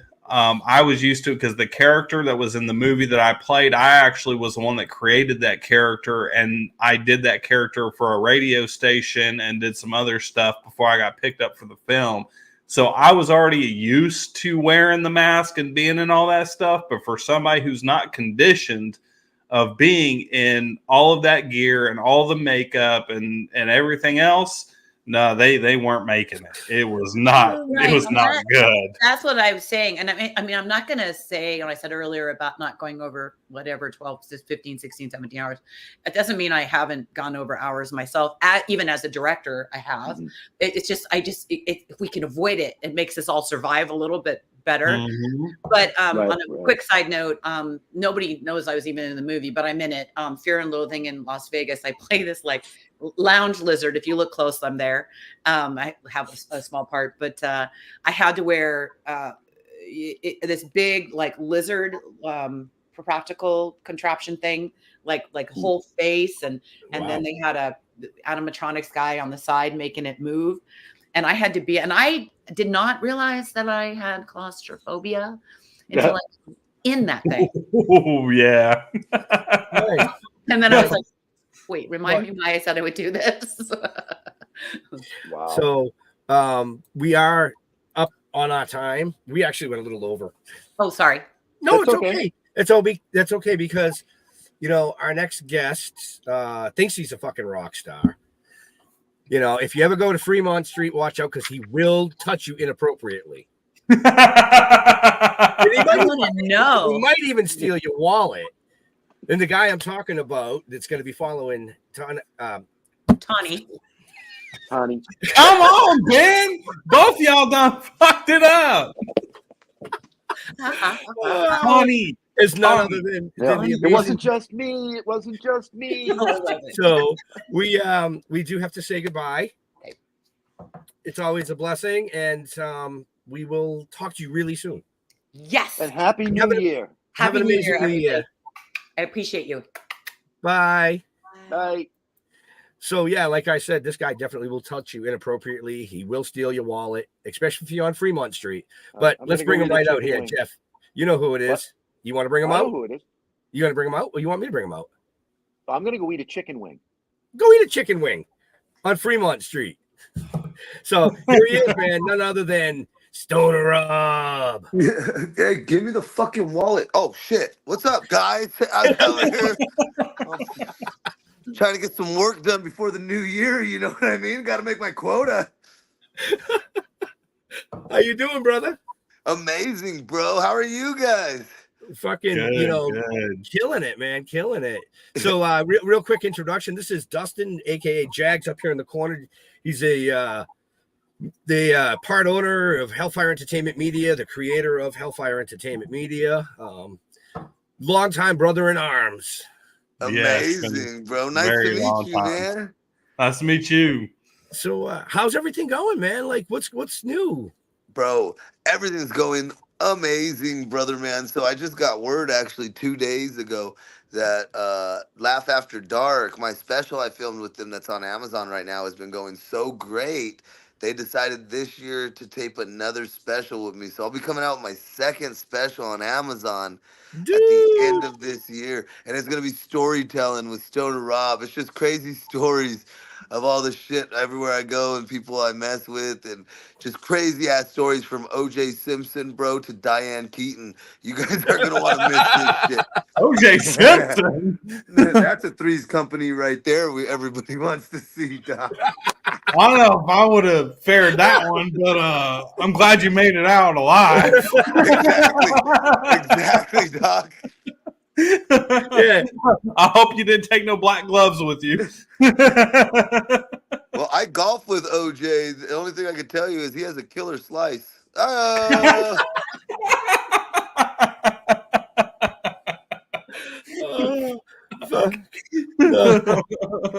Oh, please don't sue us. Oh no, see, we ran the disclaimer at the beginning of the show, so I don't get the phone calls. The agent calls the guest directly. I'm not answering shit. So that just cost you $15,000. Yeah, tell them to wait till this next special comes out and they can all sue me at once for one lump sum. It could be like that asbestos lawsuit and shit. Were you offended by Stoner Rob between the years of 1999 and 2023? You might be eligible for a lawsuit right now. A class action lawsuit. Oh shit! I mean, so like I was saying, man, we had you on, in season 4, which was this past season, but we wanted to bring back some of our amazing guests and just show our fans and friends out there, like, these people are still going, man. You got to get out there. You got to follow them. You got to go see them. I mean, this dude had me in stitches in Greenfield, Massachusetts. In Greenfield, Massachusetts. And I'll be coming to a city near you as long as that city's nowhere near Greenfield, Massachusetts. Holy shit. Apparently, he's never gone back. Even my phone didn't know where I was, bro. It was like trying to call my emergency contact. Like, are you sure you're okay? Are you sure you're okay out there? But you got to go back and watch. I feel like I need to know the story. There's no story. We flew out to Greenfield, Massachusetts to do a cannabis cup. I stayed in the upstairs room of a guy that ran the cannabis cup. I felt like I was grounded all 3 fucking days of this thing. There's one Starbucks in 900 miles and fucking nothing else to do. And then they drop us off in the middle, like with 4 big barns. And they're like, just wait right here. And then some other weird guy picks me up. He goes, I got meth, coke, or weed, anything you want. I'm like, all right, yeah, this is going great. This is going exactly as I planned, Greenfield, Massachusetts. Man, what the fuck did you do? I had nothing to do with it, man. I just met him there. Yeah. Like, showed up. That's Some what I fucked did. up I shit, showed man. up, bro. I've seen you do some fucked up shit because like I said, I've toured with you, and I ain't never seen no shit like that. No, man. Like we Jeff and I were invited guests, and Rob was the invited guest headliner for the entertainment side of things. And we just got to the guy that he stayed with actually was next to us, so he was one of the gentlemen that got us there as well. Shout out to Mike, and Infused Products. So, long story short, man, like he just, you got to go back and watch the episode where we interviewed him, because it was like really like 45 minutes of like, bro, they came up and gave me like, what was it, like red, white, and blue for a beer or some shit. They gave me a naughty ice. I was like, can I get a fucking beer? And someone brings me a tall can of naughty ice, dog, warm. And I'm like, where the fuck are we, dude? I get treated better in prison.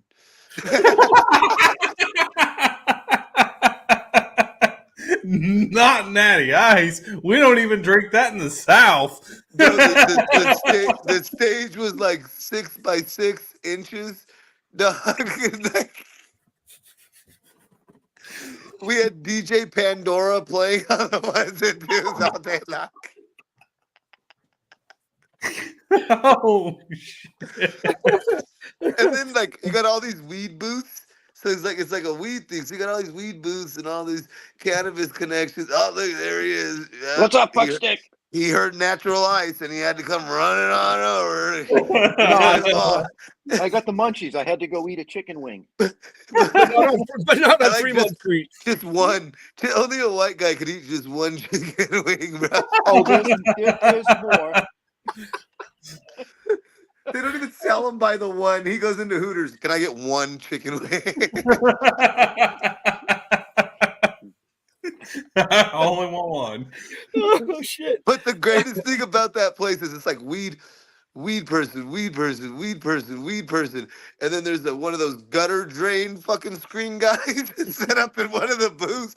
Like, what the fuck are you doing here? Do you think any of these people own houses? Do you think any of these people fucking give a fuck if their gutters are broken? They're gonna spend that $100 on an ounce before they fix their fucking gutters, dog.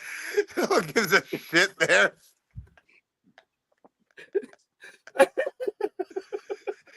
So Yeah, if you're anybody's right. looking for some good gutters and weed at the same time, get on down to Greenfield, Massachusetts.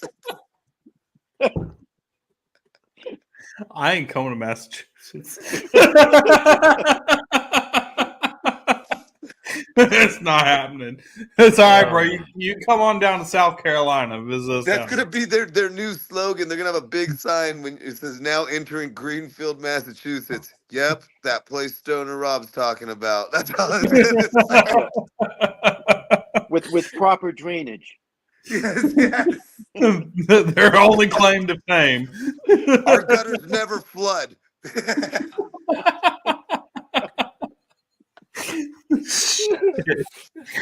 Oh, People fuck. come from West Wilderburg to see our gutters. Oh shit! Why did y'all drag him to this shit? Oh, we didn't drag him there. Somebody else dragged him there, but it was good. Yeah, Yeah, it was fun. We had fun, dude. I didn't do shit for like 2 days. Yep. Yeah. Yep. So you would have had more fun, and I'm going to reiterate this, if you had just stayed in the Airbnb with Jeff and I. I know. Either way, I got locked up upstairs. I felt like I was on house arrest. Him and his girlfriend all go to bed all early downstairs. I'm like, am I even allowed to leave right now? Can I get out of this house? Can I Uber? Fucking door alarm goes off and shit. He's got to call a horse-drawn buggy to come pick him Yep, up. I know you, but you didn't want to stay with strangers. No, instead he got So like, I Pokemon don't know curtains. these guys. I don't know if I can hook up with them. Yeah, right. Well, in my contract, I'll take a your kids' hotel room on the 3rd floor instead. I don't even think there are hotels in Greenfield, Massachusetts. I'd have stayed at the fucking barn. That would have been fine with me. So we have about 4 or 5 more minutes with you, and then we have to bring on our next guest, who is not a rock star and appeared. She's backstage early, so I want to say hi. We Wow. see you. So what do you got coming up in 2024, brother? Shit, tons, bro. So in January, I'll be out in Hollywood. I'm doing the Laugh Factory, the Ha Ha, the Improv, and then I take off from there and I go out to New York for the first week of February, and I'll be doing like Broadway, the Bronx, Gotham, a couple other little clubs out there in Manhattan. And then I take off from there, dog, and I'll be in Escondido in California, and I'm there doing the Grand, and then I'll be taking off from there, and I'm doing about a week and a half in Arizona, and then from Arizona I take off and I do 2 weeks in Austin, Texas, with a little spot at Mothership with Joe Rogan. So shit's going amazing right now, bro. Awesome. That is awesome. Fantastic. I know your daughter. You said your daughter was sick. Yeah, but her mom came home now, so they're in the bath. So I'm like, cool, I'm gonna sneak out. I'm like, no, they wanted me on their podcast. I have to get there right now. Nice. So, I know you guys must have a question real quick here. Well, it's funny because, I bugged out so I could go eat my one chicken wing. And they happened to be watching the show downstairs. My wife and my mother-in-law are watching it on YouTube downstairs. So I go walking down. She's like, "Oh, the chicken wings are right over there."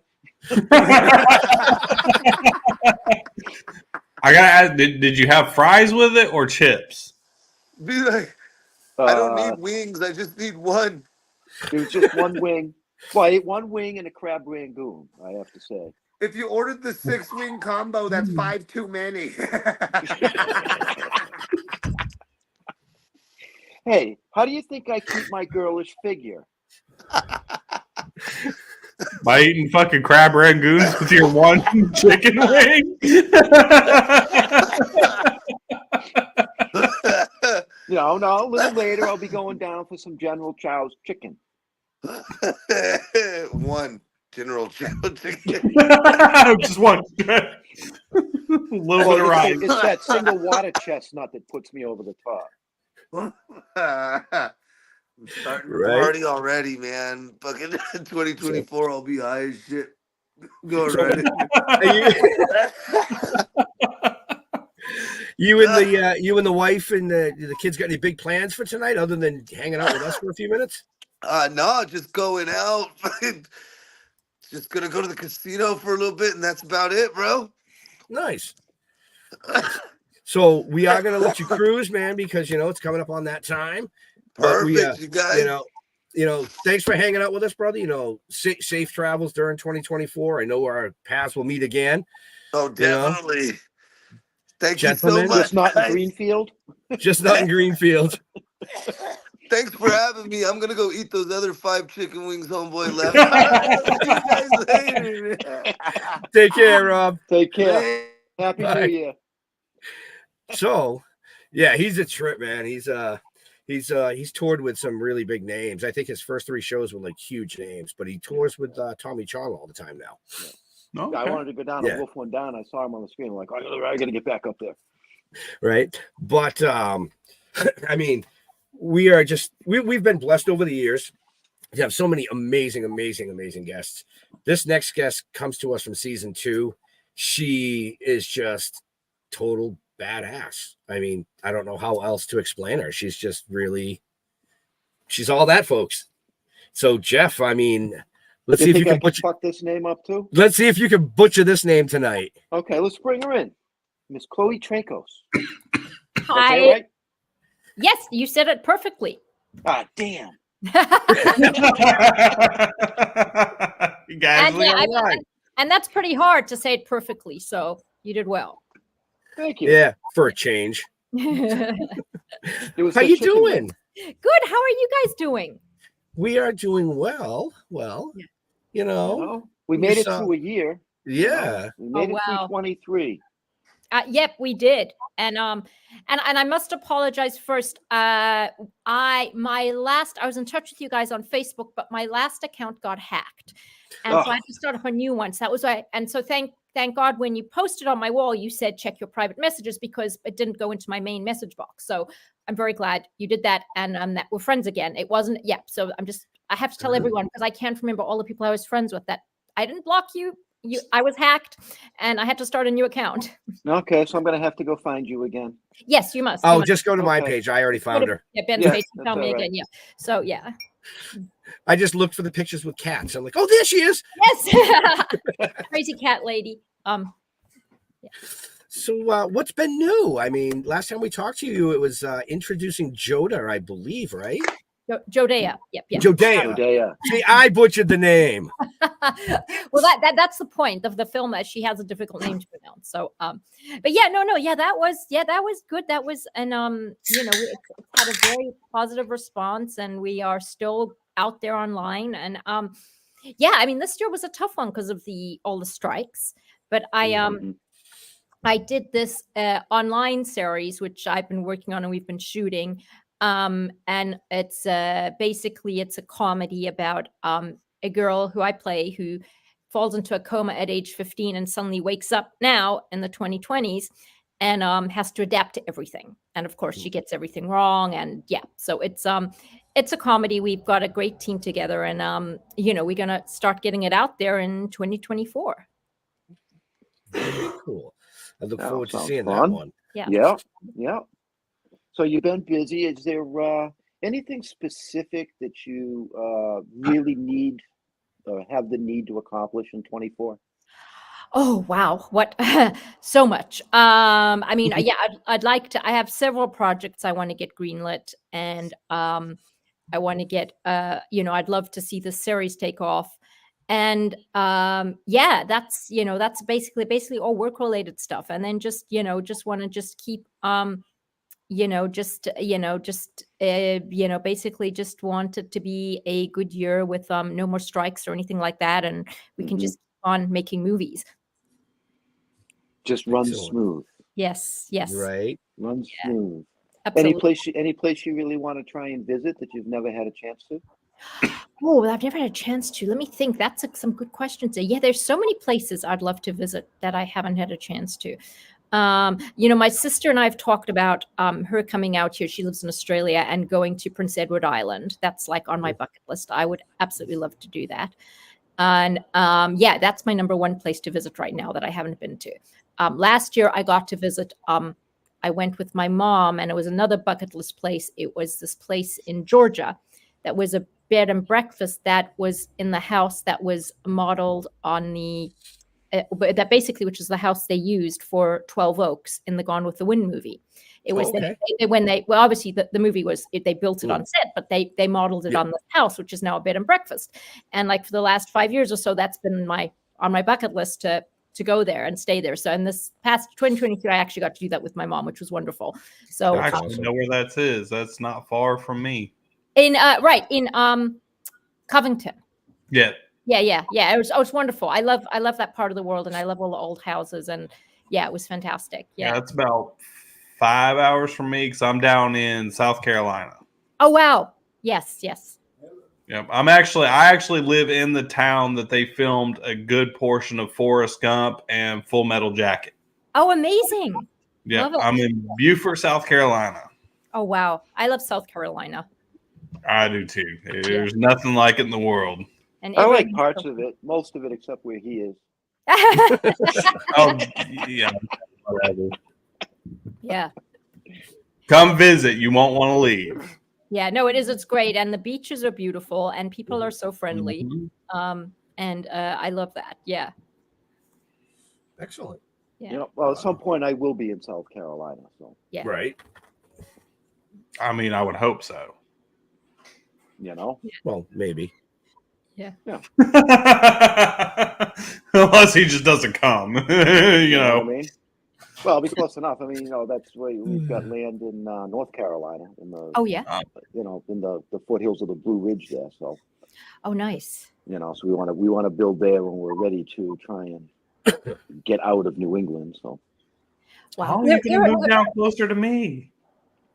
Yeah, there you go, Jeff. That's yeah, a I've been giving this a lot of second thought. You know, I'm gonna come every weekend. maybe I'll just continue north to Maine instead. Yeah. Where in New England are you? Just south of Boston in Massachusetts. Yeah. I love Boston. It's my favorite city. It's gorgeous. It's such a beautiful part of the world. It is. It's nice. You know, Yeah. when you live here, it's different. You know, just like any place. You know, what I mean? know, but That's it's true. yeah, You but know. I love it. It's got so much history and yeah. It Yeah. does have a lot of that. Yeah. Yeah. Yeah, because Ben's actually in Plymouth. You know. Yeah. Oh nice. Mm. You know, so I think the last time I was in Boston was Rock and Shock, the last year that they did it. Oh yeah. They brought me out for Rock and Shock, and then I got to go up to Salem because I had a sponsor that had a little shop in Salem, so I got to look around Salem, which Salem wasn't as great as I thought it was gonna be. Oh really? I haven't been. I want to go to Salem. Yeah. you have to go in October though. Oh Yeah. really? I did, Was it and October? it was so hokey. Like it wasn't like what I expected. Like I expected way more than what it was actually going on. Yeah. Well, you know, unfortunately, that's the way it goes. People come to Plymouth and say that all the time. That's the Rock. Well, yeah. What'd you expect it to be? Like this gigantic holdup? It's a rock, man. They stepped out of the boat. They stepped on a rock. I don't know if that's the right one. I think they just went out there and said, "This looks good. Use this." That's so funny because I've been reading about Plymouth Rock this week because I wasn't raised in America, so I'm very behind. And so my husband bought me this book called American History in Bite-Sized Chunks. So it's fascinating, and so I'm just reading about the settlers who arrived at Plymouth Rock. It's so it's a very important part of the history. It doesn't matter if it's the right rock, you know, just tell tourists. It's the symbolism. Yeah, exactly. Yep. Absolutely. Definitely. So yeah, because you know, it's the size of a coffee table, to be honest with you. Yeah. Yeah. You know, I why they've never got it all would. gated off with big pillars and fences and wrought iron shit. I don't know, but whatever. I never went to Plymouth. When that's they the key asked to us if we wanted to go, and I was like, "Why the fuck would I want to go to Plymouth?" And then I totally forgot about the whole Plymouth Rock thing. But you know, It's funny. It's yeah. I don't know if they would. me, I wanted to see the place where all the fucking witches were. I was more in depth on that one, and it totally, like I said, it let me down. Yeah. You got to stop having such high expectations of things. I mean, I had to. It's Put yourself in your People. girlfriend's shoes. I don't want to do that. I can't fit in my fiance's shoes. Maybe both of them combined might make it. I don't think she'd want that. No. It might break them if they're nice. No, so we went to Salem. So whenever I was doing the character that was in all the movies and stuff, we were sponsored by this place called Vampire Fangs or vampfangs.com. So we went to their brick and mortar store, which is downtown Salem. And the owners were like, okay, we have to take you to all of our haunted houses first before we even do meet and greets. I'm like, all right, cool. So they take us around all these. They were the worst hokey ass, like what you would see at like a circus that came into town. I've seen better shit at a little $5 circus than what they had. Tell us how you really feel. Right? They had I can this tell he's never going to parade. be invited back to Salem again. Probably not. So they have this parade, and the parade lasted a whole like 5 minutes, and it was like done and over. It was just a bunch of cars with some lights hooked up to it, and a few decent costumes. The rest of them were like Walmart special buy, like $5 bin fucking costumes, and I'm like, "Are you kidding? This is it? Like this is it?" Like my character that I put together cost more than this entire freaking parade. No, you would have been better off going to Gloucester. Right. Oh yeah. Well, I wish somebody would have told me that. The shipping. I mean, all the fishing history and all that kind of stuff. I would have liked it better. You know, than what I got. You know, the perfect storm. That was about the fishing ship that went out of Gloucester. So. The coolest thing in Salem that I found was a little like witchcraft shop that was like Hex Witchery. And that was the coolest freaking thing of the entire the whole town was that one shop. And I was like, all right, this shop's cool. Where's all the rest? Well, we don't have any more. I'm like, it's Salem. What do you mean? You could be making tons of money and this is all we get? So what are your plans for New Year's Eve, Chloe? I am hosting a party at our place. Not sure what a success it's going to be because half my friends have canceled because they're sick. So, but I tend to have a policy. I generally don't like going to parties on New Year's Eve because I always find they're super disappointing. So I kind of make the thing that I either stay at home or host a party here. So that's what I'm doing. Yep. What about yourself? Staying in. I stay in, and it's just going to be myself, my wife, and my mother-in-law. Okay, cool. We'll just hang out and watch the ball drop, as they say. You know. Cool. Yeah. See, I'll watch the ball drop on the newsreel tomorrow. Yeah. Right. I'm like, yeah. I might go down and eat another chicken wing. You know. No, maybe just another one. Yeah, another one. You know. I started it early so you would eat on time, and now you eat early. I mean, what? I can't win with you. No, because he's getting older. His wife has him on a regiment now. He has to eat like a normal person. Well, he's getting older. He's got to start eating at 4:00, and he's got to be in bed by 7, and it's already past his bedtime. 8:15. Oh, that's funny. Wait till I run into you two. It's all right. You'll pay me back later. That's right. You know. So I do want to. Go ahead. My partying is going to be later. You know, because it's a little too early. I took a nap this afternoon just so I could survive this. Did you take some melatonin? I curled up with my new kitty. Oh, I got. She is a snow savannah. Oh, sweet. Yeah. You know, she just turned a year the day after Christmas. Oh wow, she's a baby. Yeah. Sweet. All you are is a walker away from being done. You know, no, she's a little sweetheart, a rare find. You know, that's so cute. Yeah, she is a cute cat. Yeah. No, she's about 12 pounds now. So sweet. Yes. Yeah, she's growing. Oh, sweet. Yeah. Still growing. But I feel bad for my older cat who's 14. Oh. Because this one just wants to play, and my older cat weighs like 6.5 pounds, and this thing just. That's so funny. That's so funny. You know, I hear a lot of. Oh yeah. You know. So cute. Yeah. That's adorable. Because I know you're a cat lady, as they say. I am. I have my 2 babies. They are actually, my little girl got weighed the other day. She's also 10 pounds. Yeah. And amazes me. She's so delicate and fragile, but she eats like nothing I've ever seen. She's always the first. She always, every mealtime, she tells me, she assures me she hasn't been fed in years. And she scarfs down the food and eats way more than her brother, who's twice her size. But she never seems to gain any weight. She stays this delicate little thing. It's very cute. Yeah. She probably poops a lot. That's why.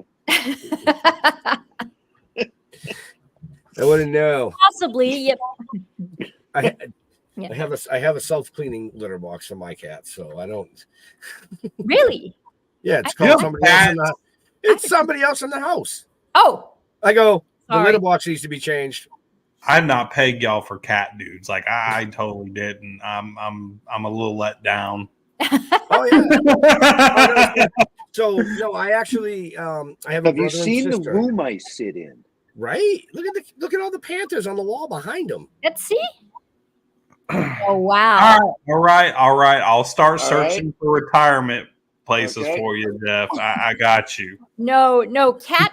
Don't listen to him. Cat men are the best. It's like if you See? ever want to impress a woman, you tell her you've got a cat. Let me tell you, you go up in our estimation that much. It's so you just think what a wonderful guy.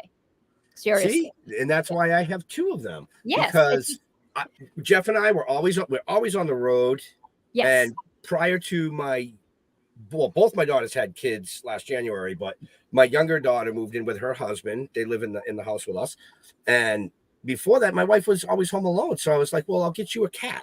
Yes. And she's like, "All right." And we went to the rescue league to get a cat, and it was a brother and sister. And she's like, "It's the last two of 8, and they won't be separated." Oh yeah. They had been returned numerous times because without each other. So I was like, "All right, give me both," and I brought them home. Oh, And, beautiful.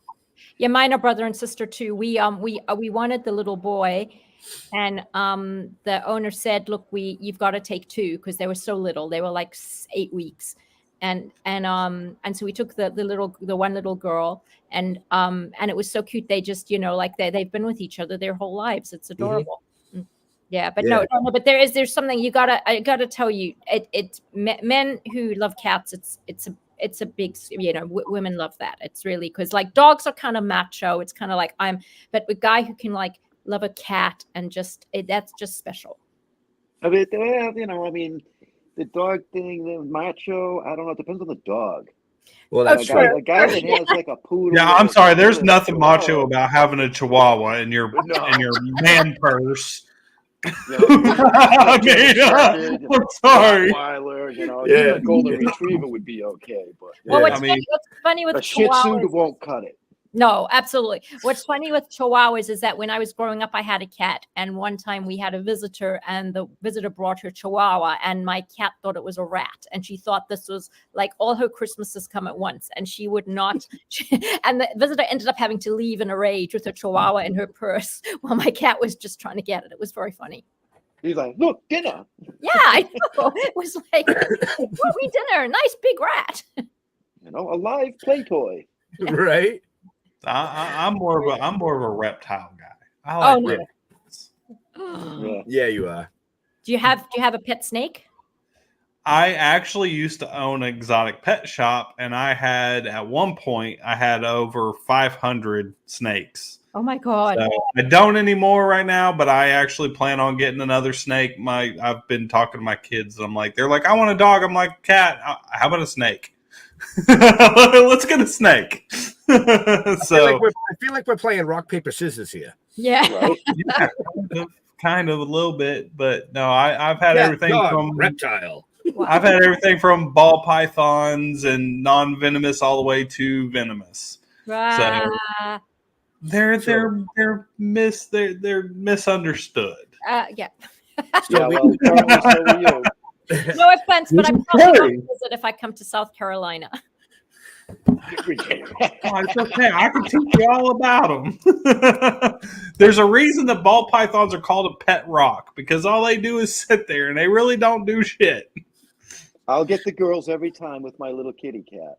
Oh yeah, no, seriously, you will. Yeah, you will. The best. It's kitty cats do. Yeah, it's just there's something special about a guy and a cat. It's lovely. So we have about 1 or 2 minutes left before we have to let you go, and the next guest pops in. So last questions, gentlemen, for our amazing guest. Let's see. I asked that question about the bucket list things. Yeah, I'm going to ask this question, which I do sometimes. What do you like on your pizza? Don't you dare. Don't you dare go there. Well, I do vegetarian pizza. Cheese and mushroom is my favorite. Okay, I'll accept that. Anything but pineapple. Oh yeah. Oh, I cannot stand pineapple on pizza. It's just No, it's Dustin's kryptonite.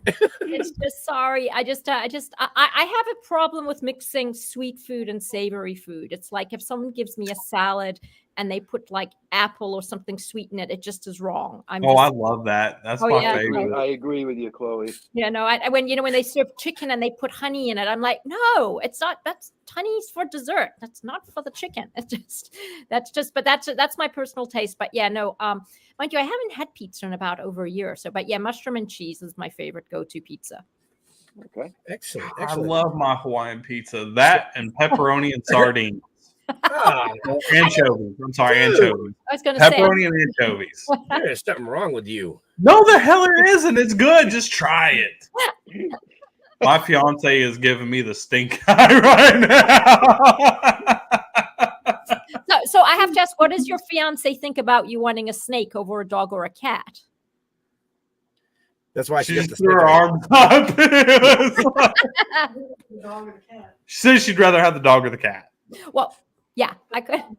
She said, but she doesn't mind. She's very nice. Right. She is. She's wonderful. Thankfully, my Well, husband has never put the snake. It's too bad there's no such thing as a furry snake. Actually, there is. Oh, no. There is actually a Vietnamese water snake that will actually grow like seaweed on it. So it appears to be furry, and it actually uses that to eat. Okay, so that's disgusting. Yeah, a little bit. Yeah, a little bit. So, but we do have to let Chloe go so she can get on with her evening festivities. We promised we wouldn't keep them longer than the 15 minutes. This has been wonderful, and I'm so honored that you chose me to come. And please do stay in touch. And Jeff, find me on Facebook. I will do that. And that's, please, anytime. I love chatting to you guys. So absolutely. Anytime you want, anytime you're desperate and there's like nobody, it's like, who can we get? Okay, let's scrape the bottom of the barrel. We'll get Chloe. That's absolutely fine. No, that's me. No, you're pretty entertaining. Thank you. Wow. Great. Thanks so much, guys. Thank you. You have a fantastic New Year's. You too. Happy New Year. Have a wonderful 2024, all of you. And you as well. Hope we get some time to chat in the new year. Absolutely. As soon as you got that new project coming. Absolutely. As soon as it's time to start pitching it, just reach out. I will for sure. Thank you so much. Okay. Okay, thanks. Have a wonderful evening. Have a wonderful evening too. Happy New Year. Happy New Year. Bye. Bye. Bye. She's a trip. Yep. Yeah. That movie that she was in introducing Jodea, that I don't know if you watched the whole thing, but yeah, it was pretty trippy. No, because Jeff fell asleep through the first 30 minutes. Yeah, well, that's just Yeah. So, all right, let's see if our next. Smoke. Yeah, go ready? have it. No, he's not here yet. Okay. So yeah.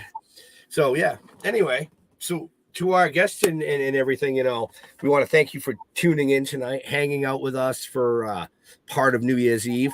And now that Jeff stepped away to get a smoke, he already said I could do this, and I did it at the beginning of the show. But everybody keeps asking Jeff and I, next comic book, next book, next this, next that.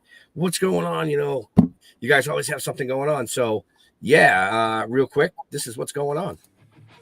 Y'all know what time it is. It's token time. Woo!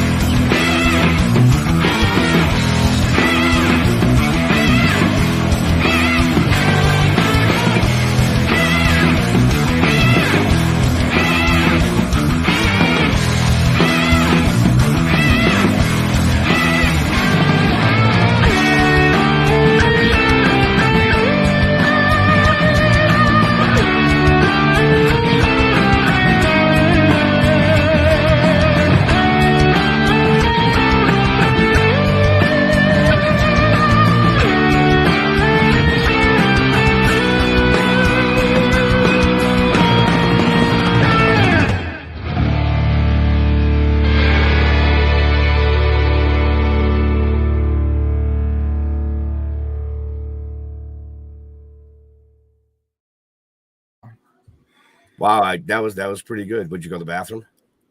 Yeah, I did. I had to go in the backyard because kids were in the bathroom. I hit the play button, and all of a sudden I was like, I look down and Dustin's gone. I'm like, where'd motherfucker go? And literally, as the train rolls back, the train rolls in at the end of the intro, and you're like, whoop. Yeah, man, I timed that beautifully. I'm like, I gotta go. And she's like, well, the kids are in the bathroom. And shit, go outside in the backyard. I was like, hey, I could still hear the music, so I knew how much time I had. Right. You know, so hopefully. When do you guys have the cartoon coming out? Well, let's see. We're hoping, if everything goes the way it's supposed to, the end of February. Okay. End of February. You know, I mean, it took a lot of time for the first one. We wanted to really nail it, you know, and we were blessed to get Inspector Deck involved from Moontang Clan.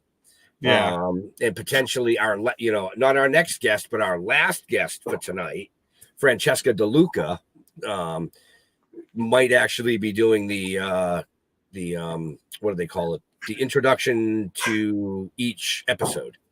Oh, okay. Yeah, so you know how like today's episode brought to you by, in conjunction with, type thing. So yeah, you know. So how'd you meet Inspector Deck from Wu-Tang? So our sponsor for the first one, Hole in the Wall Cultivation, Mark and Laura. You know, now that it's out, I can actually say it because it's out there. And so we were looking for some place to lay down the voice tracks because I mean I can lay down voice tracks in StreamYard on my equipment, but if Jeff's equipment and Mark and Laura's equipment aren't really close, you'll hear that in the audio, and what you're trying to achieve is just it becomes garbage. So Mark reached out to Jimmy Kang from Straight Up Entertainment. He's got a place out in Worcester. You know, shout out to Jimmy. And said, hey, can we come in the studio and use the sound room and do some of this, blah, blah, blah. And he's like, yeah, come on up. So anyways, we were up there fucking in the sound booth, and I had the headset, so I had one ear on, one ear off, so I could watch the board, tell the guys, okay, cue and whatever. And we started laying the voice tracks, and I hear like this laughter, but it's not just one person, you know? Right. And so I'm looking through the glass, and Mark turns and goes, oh shit, that's Deck. I go, like, cover the mic, like Inspector Deck, Wu-Tang Clan Inspector Deck. He goes, yeah, he must be up from Texas. And I'm like, oh, cool. And he heard what we were doing, and he was like, you know, talking to Mark, and he's like, I'd like to get involved. So he voiced the train, and he's voicing Mikey X, which is a little game that'll be in the first cartoon that you're just gonna have to wait and see. Okay. Yeah. Okay. That's freaking awesome. Right? I That's played cool. the intro again when you went for your chicken wing. I got to get Stoner Rob back on. Tell him you had 2 chicken wings. He's going to be pissed you ate one of his chicken wings. That dude's a trip. How you gonna eat his damn chicken wings? You know. Well, you know, Ian was like, oh, you know, we're gonna order Chinese food. You know, when can you do it? And I'm like, not for 2.5 hours. Right. Well, you actually, I mean, our next guest is supposed to be Larry Hankin, but you know, sometimes they get tied up in things, and you know, they can't make it. I mean, that's just kind of the way it goes. I don't know if he's going to pop in or not. He's supposed to be here, but Larry was coming on. Larry was coming on to promote. Ooh, it's ghosting. Ooh, it's ghosting. It's his new book called That Guy, because every time they see him, they say, "Oh, you're that guy." You know, right? So who is that guy? That guy was actually one of the episodes that Jeff didn't actually get to interview. It was you that was there with me from Bill's studio. That was the day I got the concussion in the tire. Oh shit! I fucking remember that. Yeah. You know? Oh yeah. He's a hell of a guy, but he's been in everything from he was in Escape from Alcatraz. Yeah. He was in Friends as Mr. Heckles. Yes. He was in Kramer as the fake Kramer. He was in Breaking Bad. I mean, the dude's been in all kinds of stuff, but I really knows his name. I actually remember that episode now because I was in that. Yep. Right? Yep. Did you play the Expo Canna? I played one earlier. I can play a second one. Yeah, actually, we'll play the second, the longer one real quick here. So yeah, in February, folks, Jeff and I will be at Mohegan Sun, February 12th. Wow, and then actually our last guest is actually early, but I'm still gonna play this real quick. Okay.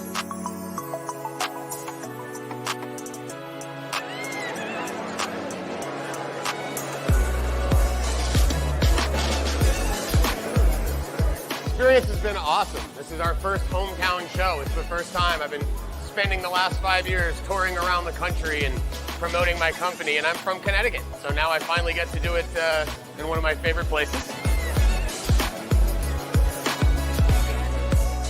Yeah, it's only day one, but... So I'm going to end that there because it's like 2 minutes long. I see that Francesca actually chimed in early, but our next scheduled guest, that's okay, Francesca. I'm just going to have to leave you in the backstage for like 5 more minutes.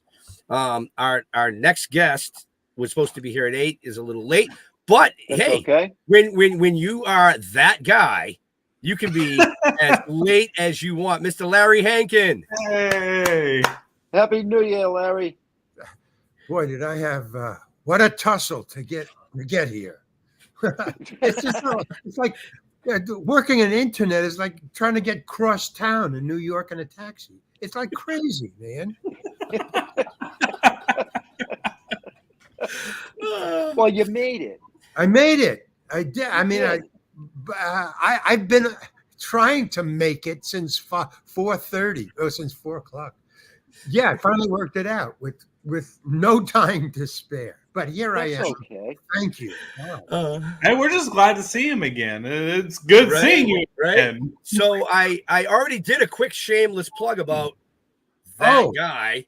That guy. Yes, that guy. So hey, wow, that's amazing. It's straight on here, but on my screen it's backwards. Okay. Well, right. It's right there. Cool. Thank so you. Anyways, to quickly, if you don't mind, tell us a little bit about that guy.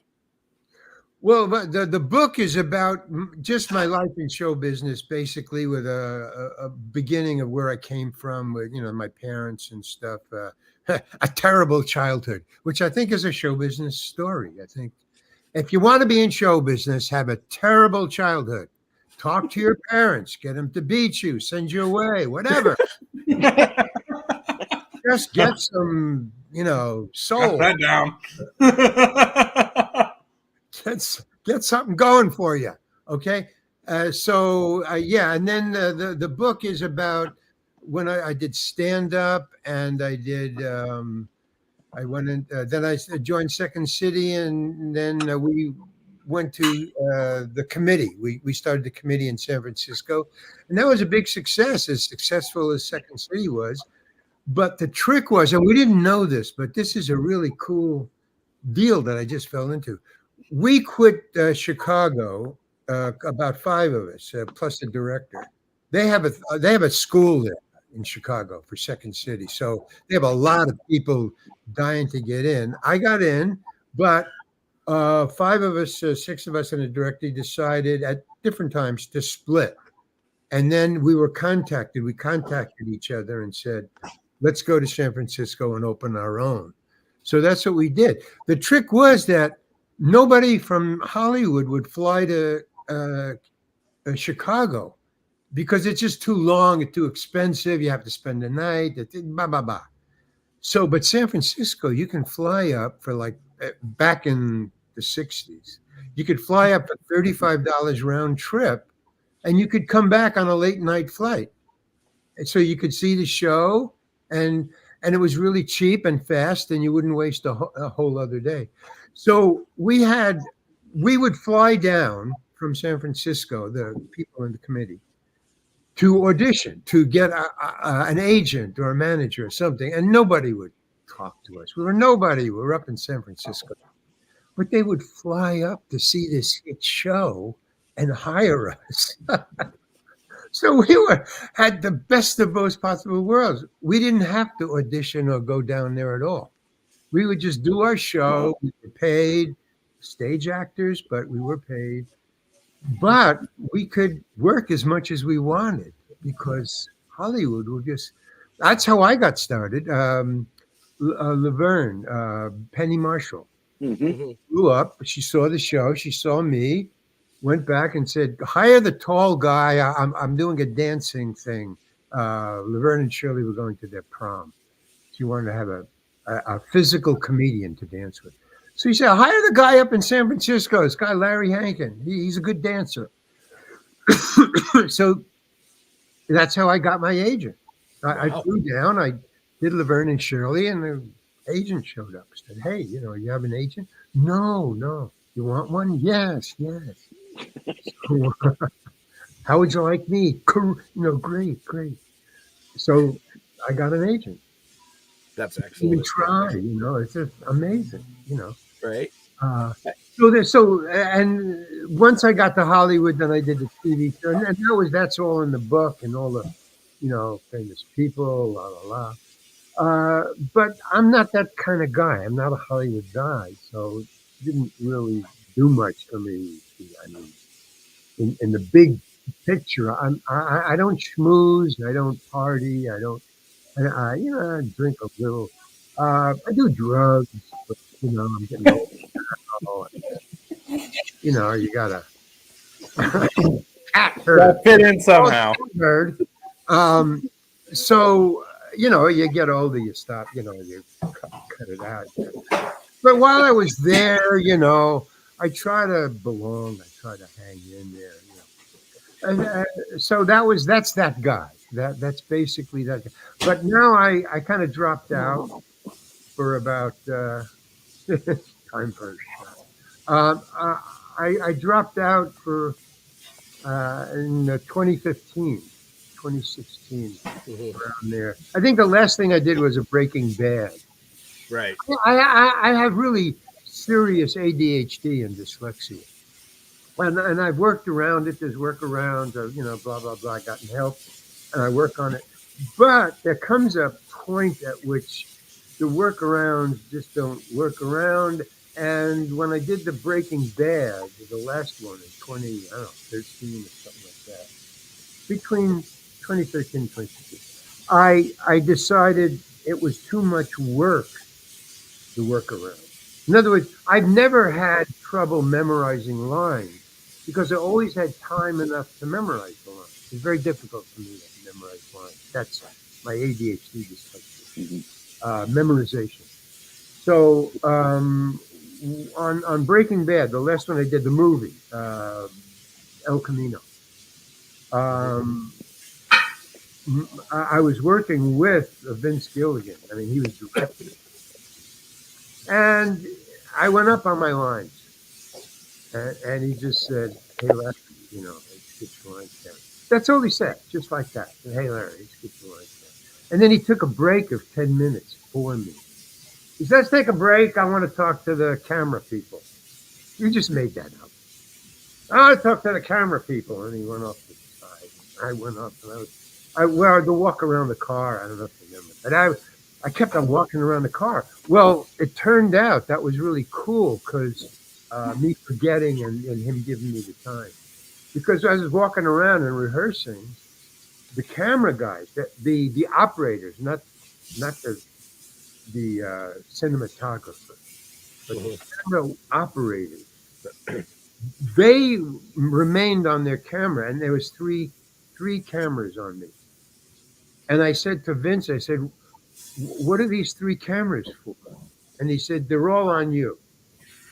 And, one was a dolly, one was a crane, and one was a lock. So as I was walking around, the operators of these cameras, they thought, "Wow, man, we could work with the actor," which they're never allowed to do. So they would get off there because they couldn't talk like, hey, Larry, when you get over there, could you just raise it up a little? Because I could get a really cool shot. They couldn't say that. So they had to get off their camera or the seat or the truck or whatever and walk over to me and say, hey, listen, but when you walk around the light, just hold it. Yeah, fine. Okay, cool. It was really great because each guy was like, getting it. So then Vince came. I said, Larry, you got it? And I said, yeah. So, and I did, Right. So I walked around once and I had it down fine. And I said, oh, God, great. And he said, no, let's just do one more just for insurance. As long as you got it, let's just do it again. So I did it again, only this time when I walked around, there was a tree root because it was on grass. It was a yard, a car parked in a yard. So there was a tree over here. So one of the roots kind of, how they in the ground, they kind of come up like that. And as I walked around, I tripped over it. And I thought, oh my God, man, I can't remember my lines. I don't know how to walk. I'm going to get fired. But that's the shot that he used. He used that shot because it was when I tripped, there must have been such a surge of fear, anger, adrenaline, just a shot that I totally didn't forget my lines. I mean, I just totally didn't. What? That's great. Bah, bah, bah, bah, bah, bah, bah. Okay, So, Larry, thank you. I said, tripped. That's it. Fine. Let's go. You can find out all about Larry's book in the show notes. Just like I said about all our amazing guests coming on tonight. Oh, really? Go to the show notes. Buy the book. That's right, Larry. Tell him. Buy the book. So we only have about 1 minute. You asked me to come here to talk about my book, and then you say, you want to be that guy, So we literally have about 1 minute, and then I have to let Larry go because we still have one more guest before we close out the show. I did my job. But coming up in January, folks, January 17th. I have another book coming up. That's the last thing I'll say. I have another book coming up. It's called Love and Rants. It's great. That's excellent. It'll be in a couple months. But we're definitely gonna have Larry back on the show. He will be only the third guest ever to repeat coming on this show for an actual interview in January 17th at 7 p.m. So come hang out, get all your questions into Larry that night. We'll listen to all his killer stories from Breaking Bad to Friends to Vernon Shirley to Escape from Alcatraz to being that guy. I mean, just to being that guy. So, Larry, I want to thank you for coming and hanging out with us for a little bit tonight. You have an amazing and safe New Year. Okay. I will be talking to you soon because, unfortunately, the video that you sent me, we have to redo the video. I have the audio, which is out on the radio, but the video I couldn't unpixelate it. Oh, okay. That'll be quick and easy, though. It'll be quick and easy, but I'll give you a call over the week and we'll go over it and, all that. So stay blessed and have an amazing Happy New Year. Okay. Happy New Year, Jags and Jeff and Ben. Thank you. And we will see you soon. Okay, cool. Take care, Larry. Bye. Take care. Bye. So I love that guy. Oh, yeah, he's awesome. Larry is... Was it me? Larry he's an amazing gentleman. Do I have water amazing. in my ears, or am I hearing a faucet run? Oh no, it was his microphone rubbing. Every time he moved, yeah, I was watching it. Oh, okay. But no, listen, we have one more guest tonight, and this guest, I mean, I know I've said it before. It's like, wow, they leave us speechless, and wow, that this and wow. But no, it just in all seriousness, she's if just I remember another. Correctly, when we had her on the show, I left her speechless. You did. You actually left her cheeks rosy red. She was, dude. She literally had a piece of paper. I thought she was gonna go over. Really? But let's welcome back Jeffrey. Who we got coming on? Francesca De Luca with an E. Hey everyone, hi. How you doing, darling? I have great memories of my last time on the show. I have lots of great memories with them, and it's probably not for the same reason. Right. Now you got her worried. Now I'm gonna get another glass of water. Over last time, water here now. I don't know what I'm gonna do. What have you got? Come at me. Come on. Okay, You got well, for me? you know, I'm just going to hit it right off the top because I asked you a question that you did not answer. I told Okay. you. Okay. I was Now, Ben has told me that you know, I saw the little clip. You replayed that. You pushed that out on Instagram or yeah, it was on Instagram. okay. And so then I grabbed it. I saw that, you know, which was Yes, really yeah. really funny. So Ben told me that you now have an answer to that question, but it's not the same question. It's a two-parter now. Why you gotta fuck her up already? We just Okay. started. Okay, That's this is why. fun. Okay, I'm so gonna you get- ready? Okay. I'm tired. What turns you on, and does it take batteries?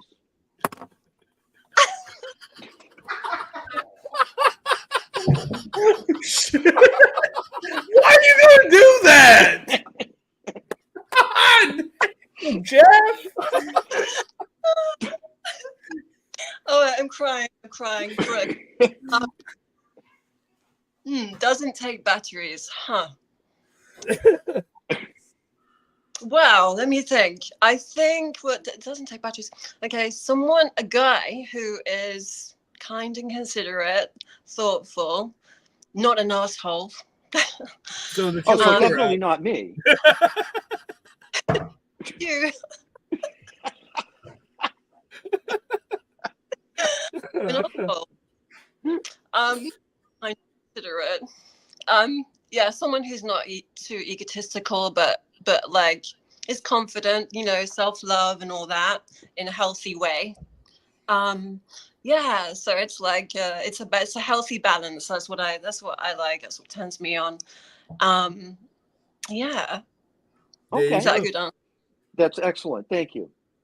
I can't believe you went there.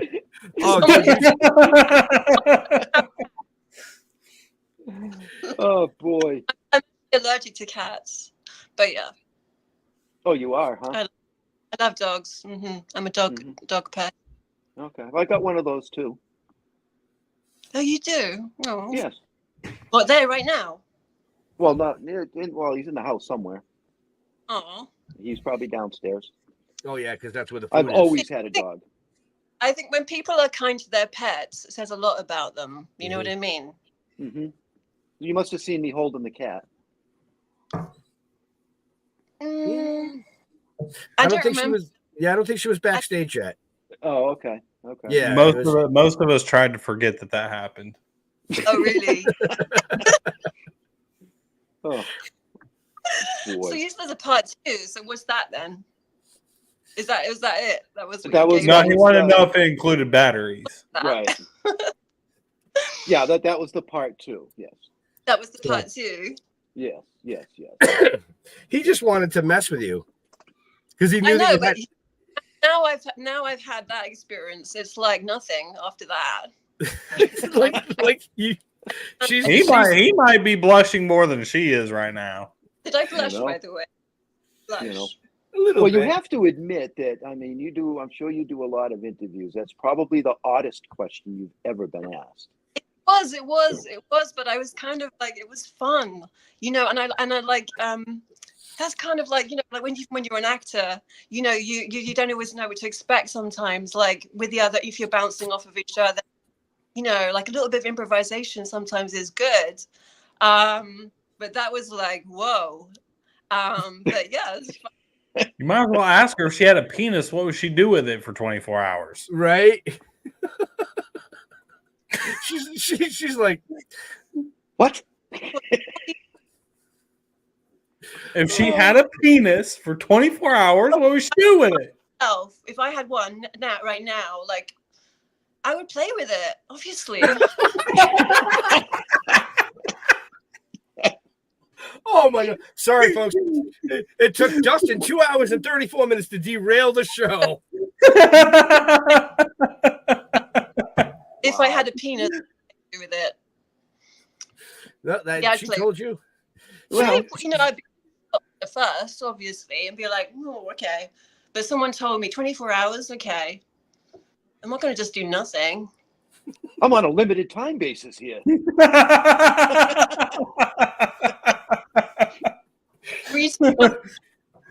Cue the apple pie.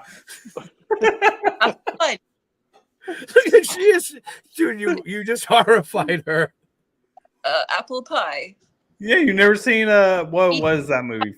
I have seen it. American. Yes. Yes. So what's new for Francesca? Like, we haven't talked to you since, what was it, season 3? Yeah. I had the best thing ever happen to me. I've been working on it for years. I got my green card. Congratulations. Oh, yes, I saw that post. Congratulations. Congratulations. Thank you so much. Thank you. That I is can't awesome. tell you. My lawyer called me up. I was actually in the shower washing my hair, and then it was a missed call, and it was my lawyer, Joe. And I was like, oh my God, could it be? And then I called him straight back. And he said, Francesca, I've got great news. You've been approved. And I was like, it was a delayed reaction at first. It was like, oh my God. You know, I was like, literally, like, I just stood up and I just jumped around. And then afterwards, I was just completely silent. And I just was like, wow, I can't believe that.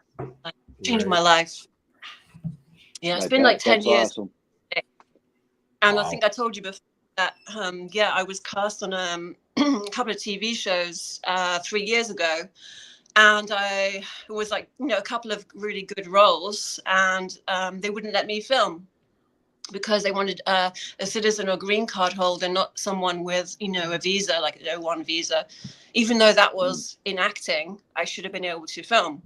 Right. And I was devastated because it's not easy to get cast on these shows, And I'd had 3 auditions, and then I got cast in 2, and so that would have been amazing. And then obviously I was disappointed, but I was like, no, I just got to keep faith, keep going. It's going to happen. And I know I have talent, and then when it happens, I will get cast again. I'll get my time.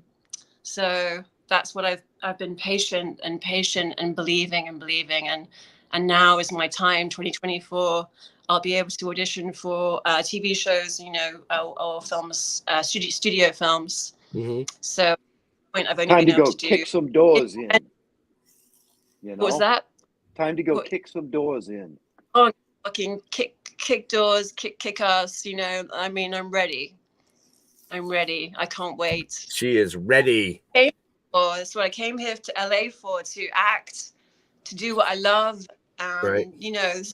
For me, it's what I feel like I make a difference to this world doing, because, I'm good at it and I love it. So it's like, finally, I can really do it. I mean, I've been successful in, film festivals with like Storage. Yeah. And there's a couple of other films that recently I filmed as well that are going to come out this year too, in 2024. Oh, nice. And it's like I've already got a few people who've asked me to be in their films. And I've got 3 films coming up that I'm going to be filming. And then I'm going to have auditions for like the TV shows and the studios. So yeah, excellent. I can't wait to get my teeth into some good roles. Nice. Very nice. Mm-hmm. Looking forward to Hard that. work pays off. Right. Just got to keep going. And that's it. Keep on going and doing everything you can in your power that you can do. And that's it. It's like 10 years it's taken me to get to this point. And, yeah. So yeah, and I said to my mum was the first person. She's in spirit. She passed away during COVID. I said to my mum, I did it, and I knew she'd be very proud of me.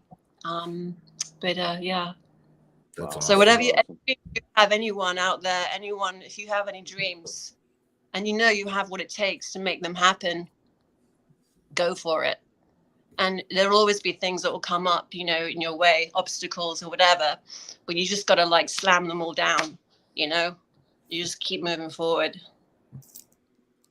And your paths will always change. They adjust, they shift. Right. And you it's have not to be, you've got to be willing to follow that and adapt to what comes. You know what I mean? Adapt.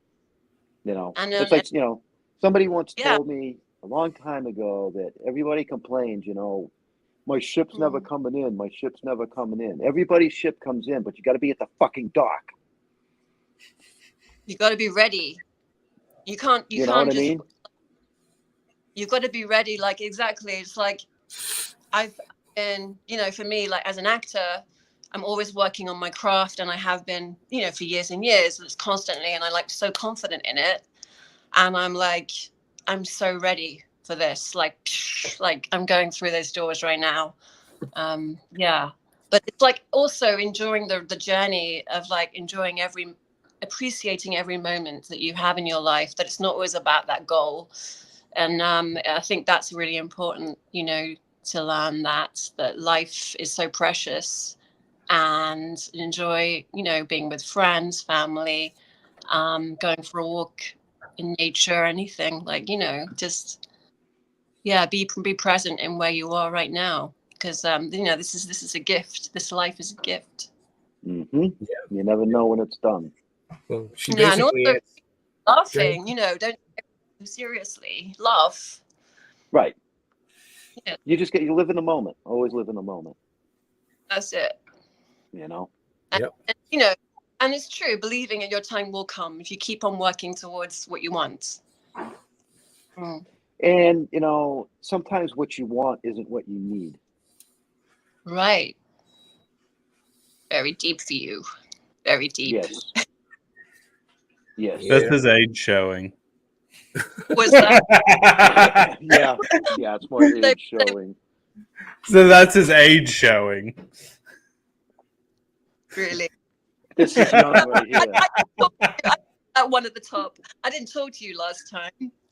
No, actually, this is Dustin. Dustin was off the grid during part of season 2 and season 3. He was getting his life together in a new state, and you know, doing the big boy game. Yeah. We're good. But yeah, Dustin's an old brother in arms from shows back in season 1 and season 2. Part owner of Hellfire Entertainment Media, the creator of Hellfire Entertainment Media.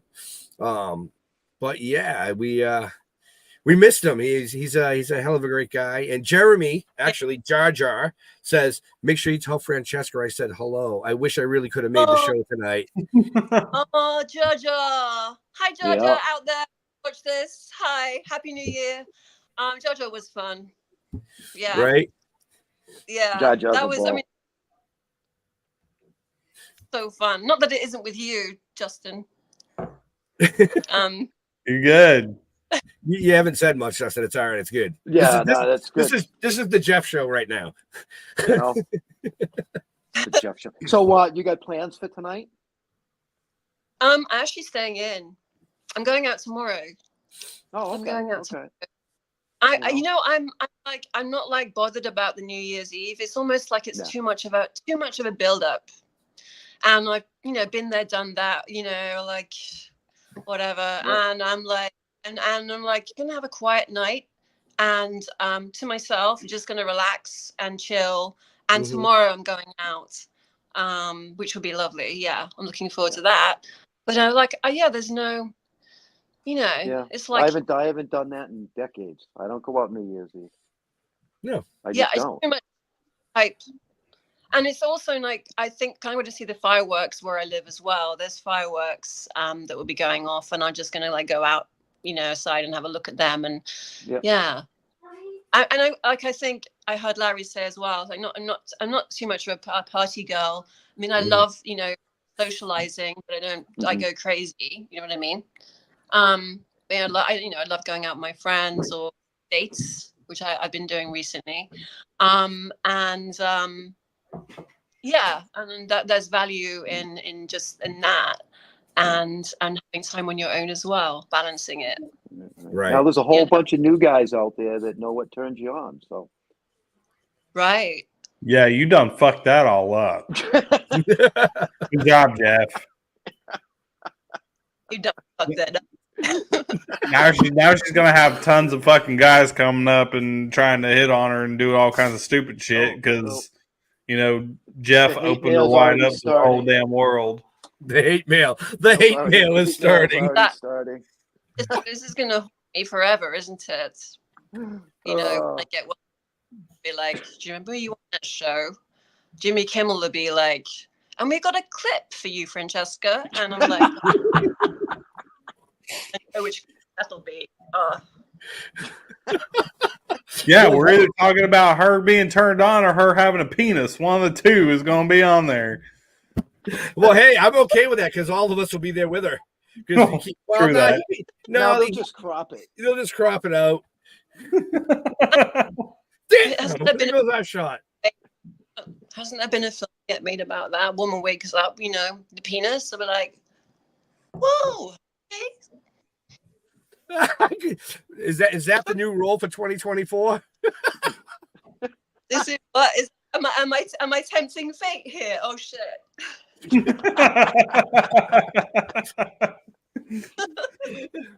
The agent's gonna call Francesca tomorrow. We've got this amazing part for you, but you have to play a woman with a penis.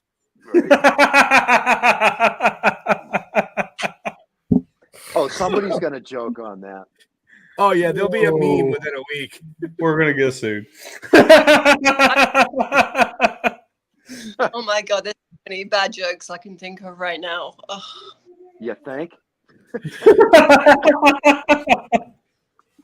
Oh man. I'm sorry, Jeff's the dirty old man. No, I'm not. The hell? I can tell some stories. I bet you can. Yeah, you could. Yeah. But I'm innocent. He is. He's absolutely harmless. So do you have anything exciting that you're working on for 2024? Did we already ask you this? Well, I've got three. There's three films that you can't talk about. Yeah, I can't talk about. I prefer. Yep. Anyway. But a couple of feature films. And I think what I always prefer. I always like to play different roles and have a different challenge, and not the sort of actress to play the same role over and over again. I always like comedy. I like drama. I like all sorts, like a mix of the two. And then I've met some the show Beef. I love that. I met the showrunner of that show, very, very, very talented. I wouldn't mind working with someone like that. That would be wonderful. I'm actually started watching some K-drama, which I love too. I don't know if you guys watch any of that, but and then there's a great film I saw called Past Lives, which was amazing. Wow. But I like mixing it up. I mean, even would like, if it was something with a bit of martial arts or something. I don't know, just like but I like doing all site types, roles with depths and then a bit of humor, like, suddenly if I woke up with a penis. Right. Role. So what's on your bucket list that you really want to accomplish in 24? I really want to do some great acting work and feel really proud of my performances, and that and really high quality. I want to feel this is I'm proud of myself. This is so great. Get my teeth into something like that's really, it's that will move people or make people laugh or make people think, all these different things. But feel like, yeah, I want to go to work in the morning and go like, I can't wait to be on set and do this and work with some great people who are also talented, and we all work together and it's something amazing. So let's just say like a year on in a role that's up for an Emmy. That would be amazing. Yeah, that would be cool. That would be cool. So I really want to make headway in my career big time this year. Excellent. Excellent. Well, And I can think see you're it. gonna do it. Yeah, I can see it. You're gonna do it. Thank you. And what roles do you imagine me playing? I think you mentioned before. What about you? What about you, Justin? What do you think roles do you imagine me playing? I think you should do some horror films. You should be Mm. like a final girl, like some Jamie Lee Curtis shit. Jamie Lee Curtis shit. Yeah.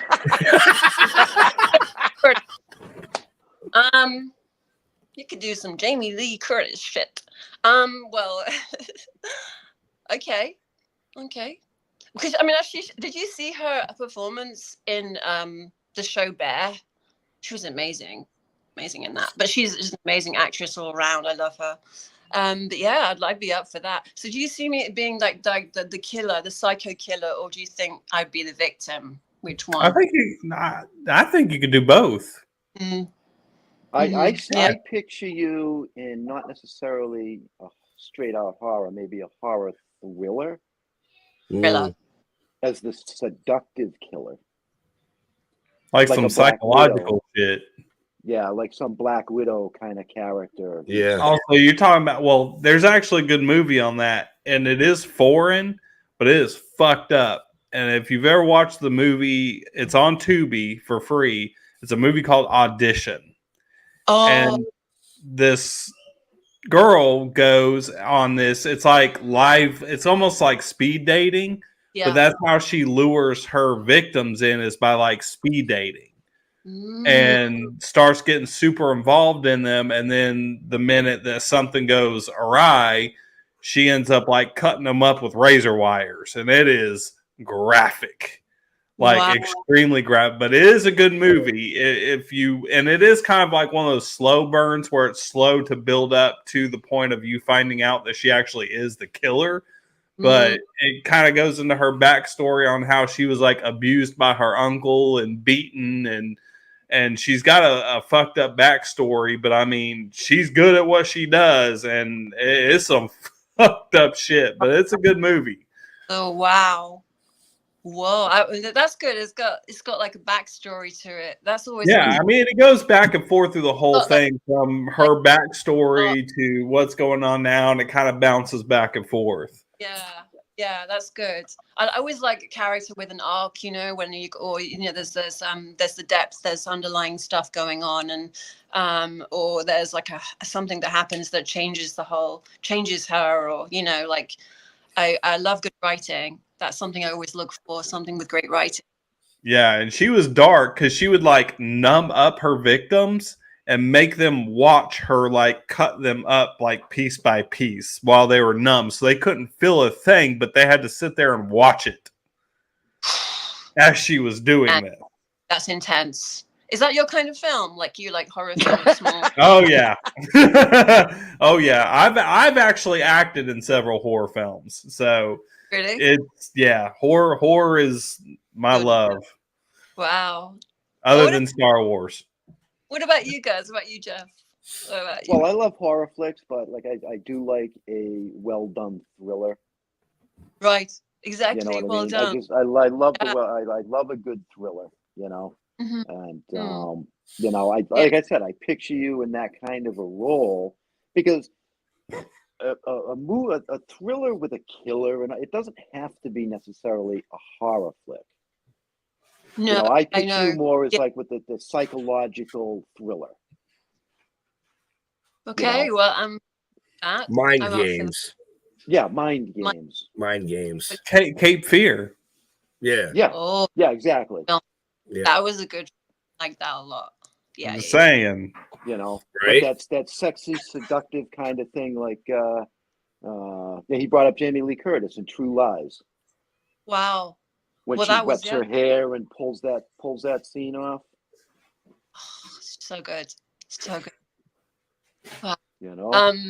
Yeah, I like that, and yeah, a bit of comedy, something with a comedy and drama as well. Right. Yes. But you know, like, or even like dark comedy, dark humor, like too. You know, or subtle humor. Yeah. But yeah, Breaking Bad. You know, I heard Larry talking about that was amazing. Breaking Bad. Yeah, he's That would be- that guy. He's Put her in a mob movie. Oh well, yeah. Yeah. Well, I'm Italian descent. So I'm 100% Italian blood. Well, So there you go. Oh, no wonder we get along. Sopranos is one of my favorite TV shows, actually. I'd love to have been in one of those roles. Mm-hmm. Yeah. Let her remake Scarface and do like a female Scarface. Yeah. Oh my Right. God. That would be amazing. Okay, well, Have her be like a female Al Pacino. the female. What just happened? I have an Jeff echo. is screwing shit up. Oh, Jeff. did your earbud shut off? Hey, are you good, Jeff? Hello. Hello. Hey, old man. Good now. Oh, did you lose? You're muted. Hold on. Hello. Am I muted? No. No, you're not muted. Oh, can you hear me now? Now, yeah, now we can. What happened? He's having old man problems. No. The I'm earbud. on wireless earbuds, and 3 hours is a long time to ask for those to work. Well, now that we know that Apple products do not last, we won't be buying that for the show. Now wait a minute. You have wired headphones. I do. You are wired. I'm not wired. So 3 hours, that's the max. Yeah. But if you notice, I was prepared. I can tell you, there's a brand new headphone out by a company called Raycon, and them things are amazing and last for like 6 hours. Whoa. You should get holy shit. Well, typically I only do a show for an hour to an hour and 15 minutes, not 3. Yeah, and this one was supposed to be 2 hours and 30, and we're approaching 2:57. Oh God. You run that long. Oh my God. I told you. Well, no, but we saved the best for last, and we ran over a little time, but we enjoy talking with you. That's why we saved you for last. Oh, so sweet. Thank you. Oh, the things I could say to that. Shush. Shush, Jeff. Hold on, wait. I think Jeff's muted again. Can somebody mute Jeff, please? What's happening now? There you go. And that was her first kill in the film.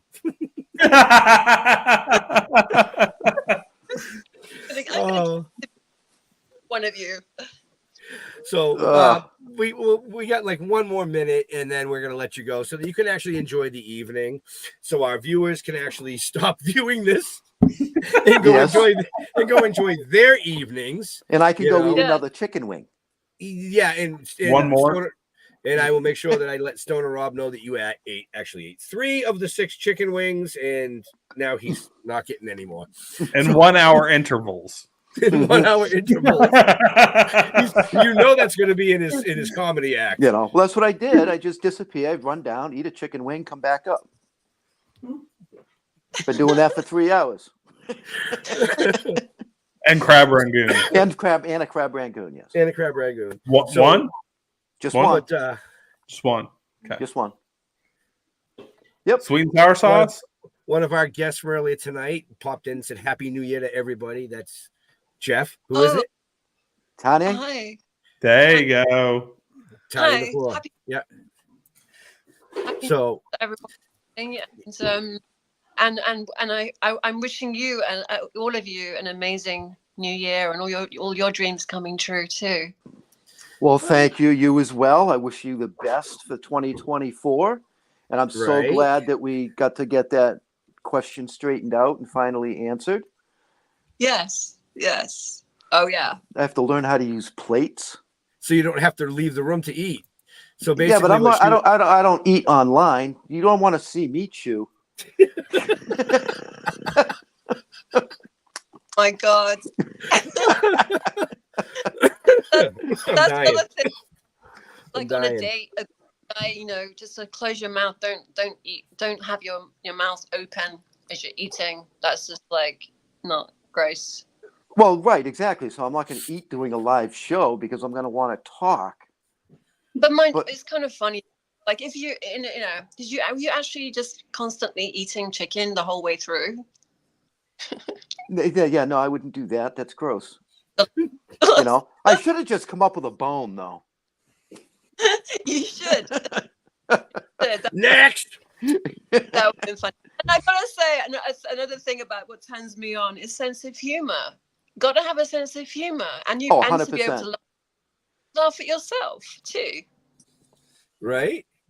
No. So yeah, like, absolutely. He's got plenty of sense of humor to cover up for the fact that he's old. Oh, you're so cool. Wow. Wow. Once we're done, I'm going to start researching retirement homes for Jeff. Hey, by the time I get to need a retirement home, I will be performing at them. Okay. Right? Like Mr. Don Yesso. Like Mr. Don Yesso. What's your next gig? I was at a retirement home. Oh, crap. I'll buy you a piano. So, but anyway, any last comments or questions, gentlemen, before we let this amazing guest go enjoy her evening? No, I'm looking forward to what she's got coming up in 24. You're an amazing person. And, I really hope that somebody reaches out for a psycho thriller for you, because I think you'd be perfect. I really do. Mm-hmm. Thank you. I really, really do.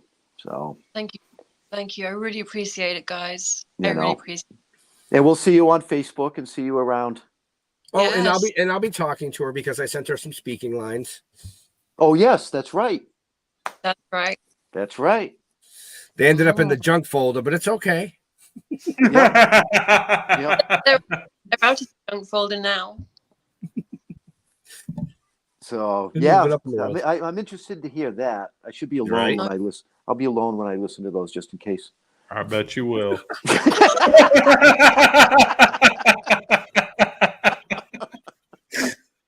And there she is, blushing again. Hold on, she needs a drink of water. Yep, there it goes.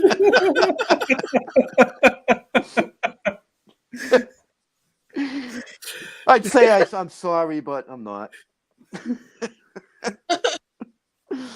Oh, she's crying again. Your wife is for letting you on this show. My wife knows me all too well. That's good. It's my mother-in-law that's sitting there watching it that's going, what?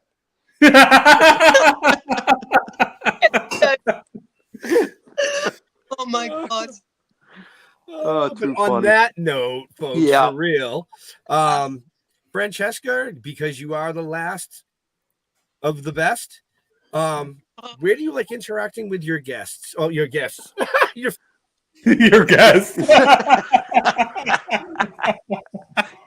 Where do you like to interact with your guests? Okay. So follow me on Instagram. That's the best way. Francesca the actor. Test. And I'll put any news on there straight away. Yeah. So say hi. Excellent. Say hi and exciting news. Dustin. Why are you going to put it on me? Because we're closing. Listen. You come see me on Hellfire Entertainment on Wednesday nights for Chronic Sports, Thursday nights for Buzzkill Cinema, and here soon, Caffeine Injection in the mornings. We do horror on those, obviously. So come check me out. Come hang out. We love to talk to you. Go to stilltoking.com. And don't forget, our novel is out. Go buy the book. Please go buy the book. It's a hell of a read, I think. Have I read it? No, I edited it. I wrote it. You know, it's, but go to stilltoking.com. You'll find out everything there, or Talking with the Dead on Facebook. Don't Google me because you don't want to, you learned more than you needed to know tonight. So, I want to say thank you to all of our guests for coming out and hanging out tonight, giving you guys a little update, a little insight into what's been going on with them. And did I just lose my mic? No. Yeah, you did. Yeah, I did. This one's picking up. Yep. Good thing I got backup microphones. But yeah, thank you to, like I said, all our guests. Happy New Year to everybody. Yeah, I'm all fucked up because my mic went out. And let's welcome in a new year. Right. Out with one, in with another. Right. It's like I said, goodbye to 23, hello to 24. I feel like, that's actually pretty good. I like that. To our veterans and first responders, have a safe and happy new year. We want to thank you for doing what you do so people like us can do what we do. We will be back Wednesday with an all new season 5, some more killer guests, and yeah, I guess we'll see you then. Bye. Peace. Come on.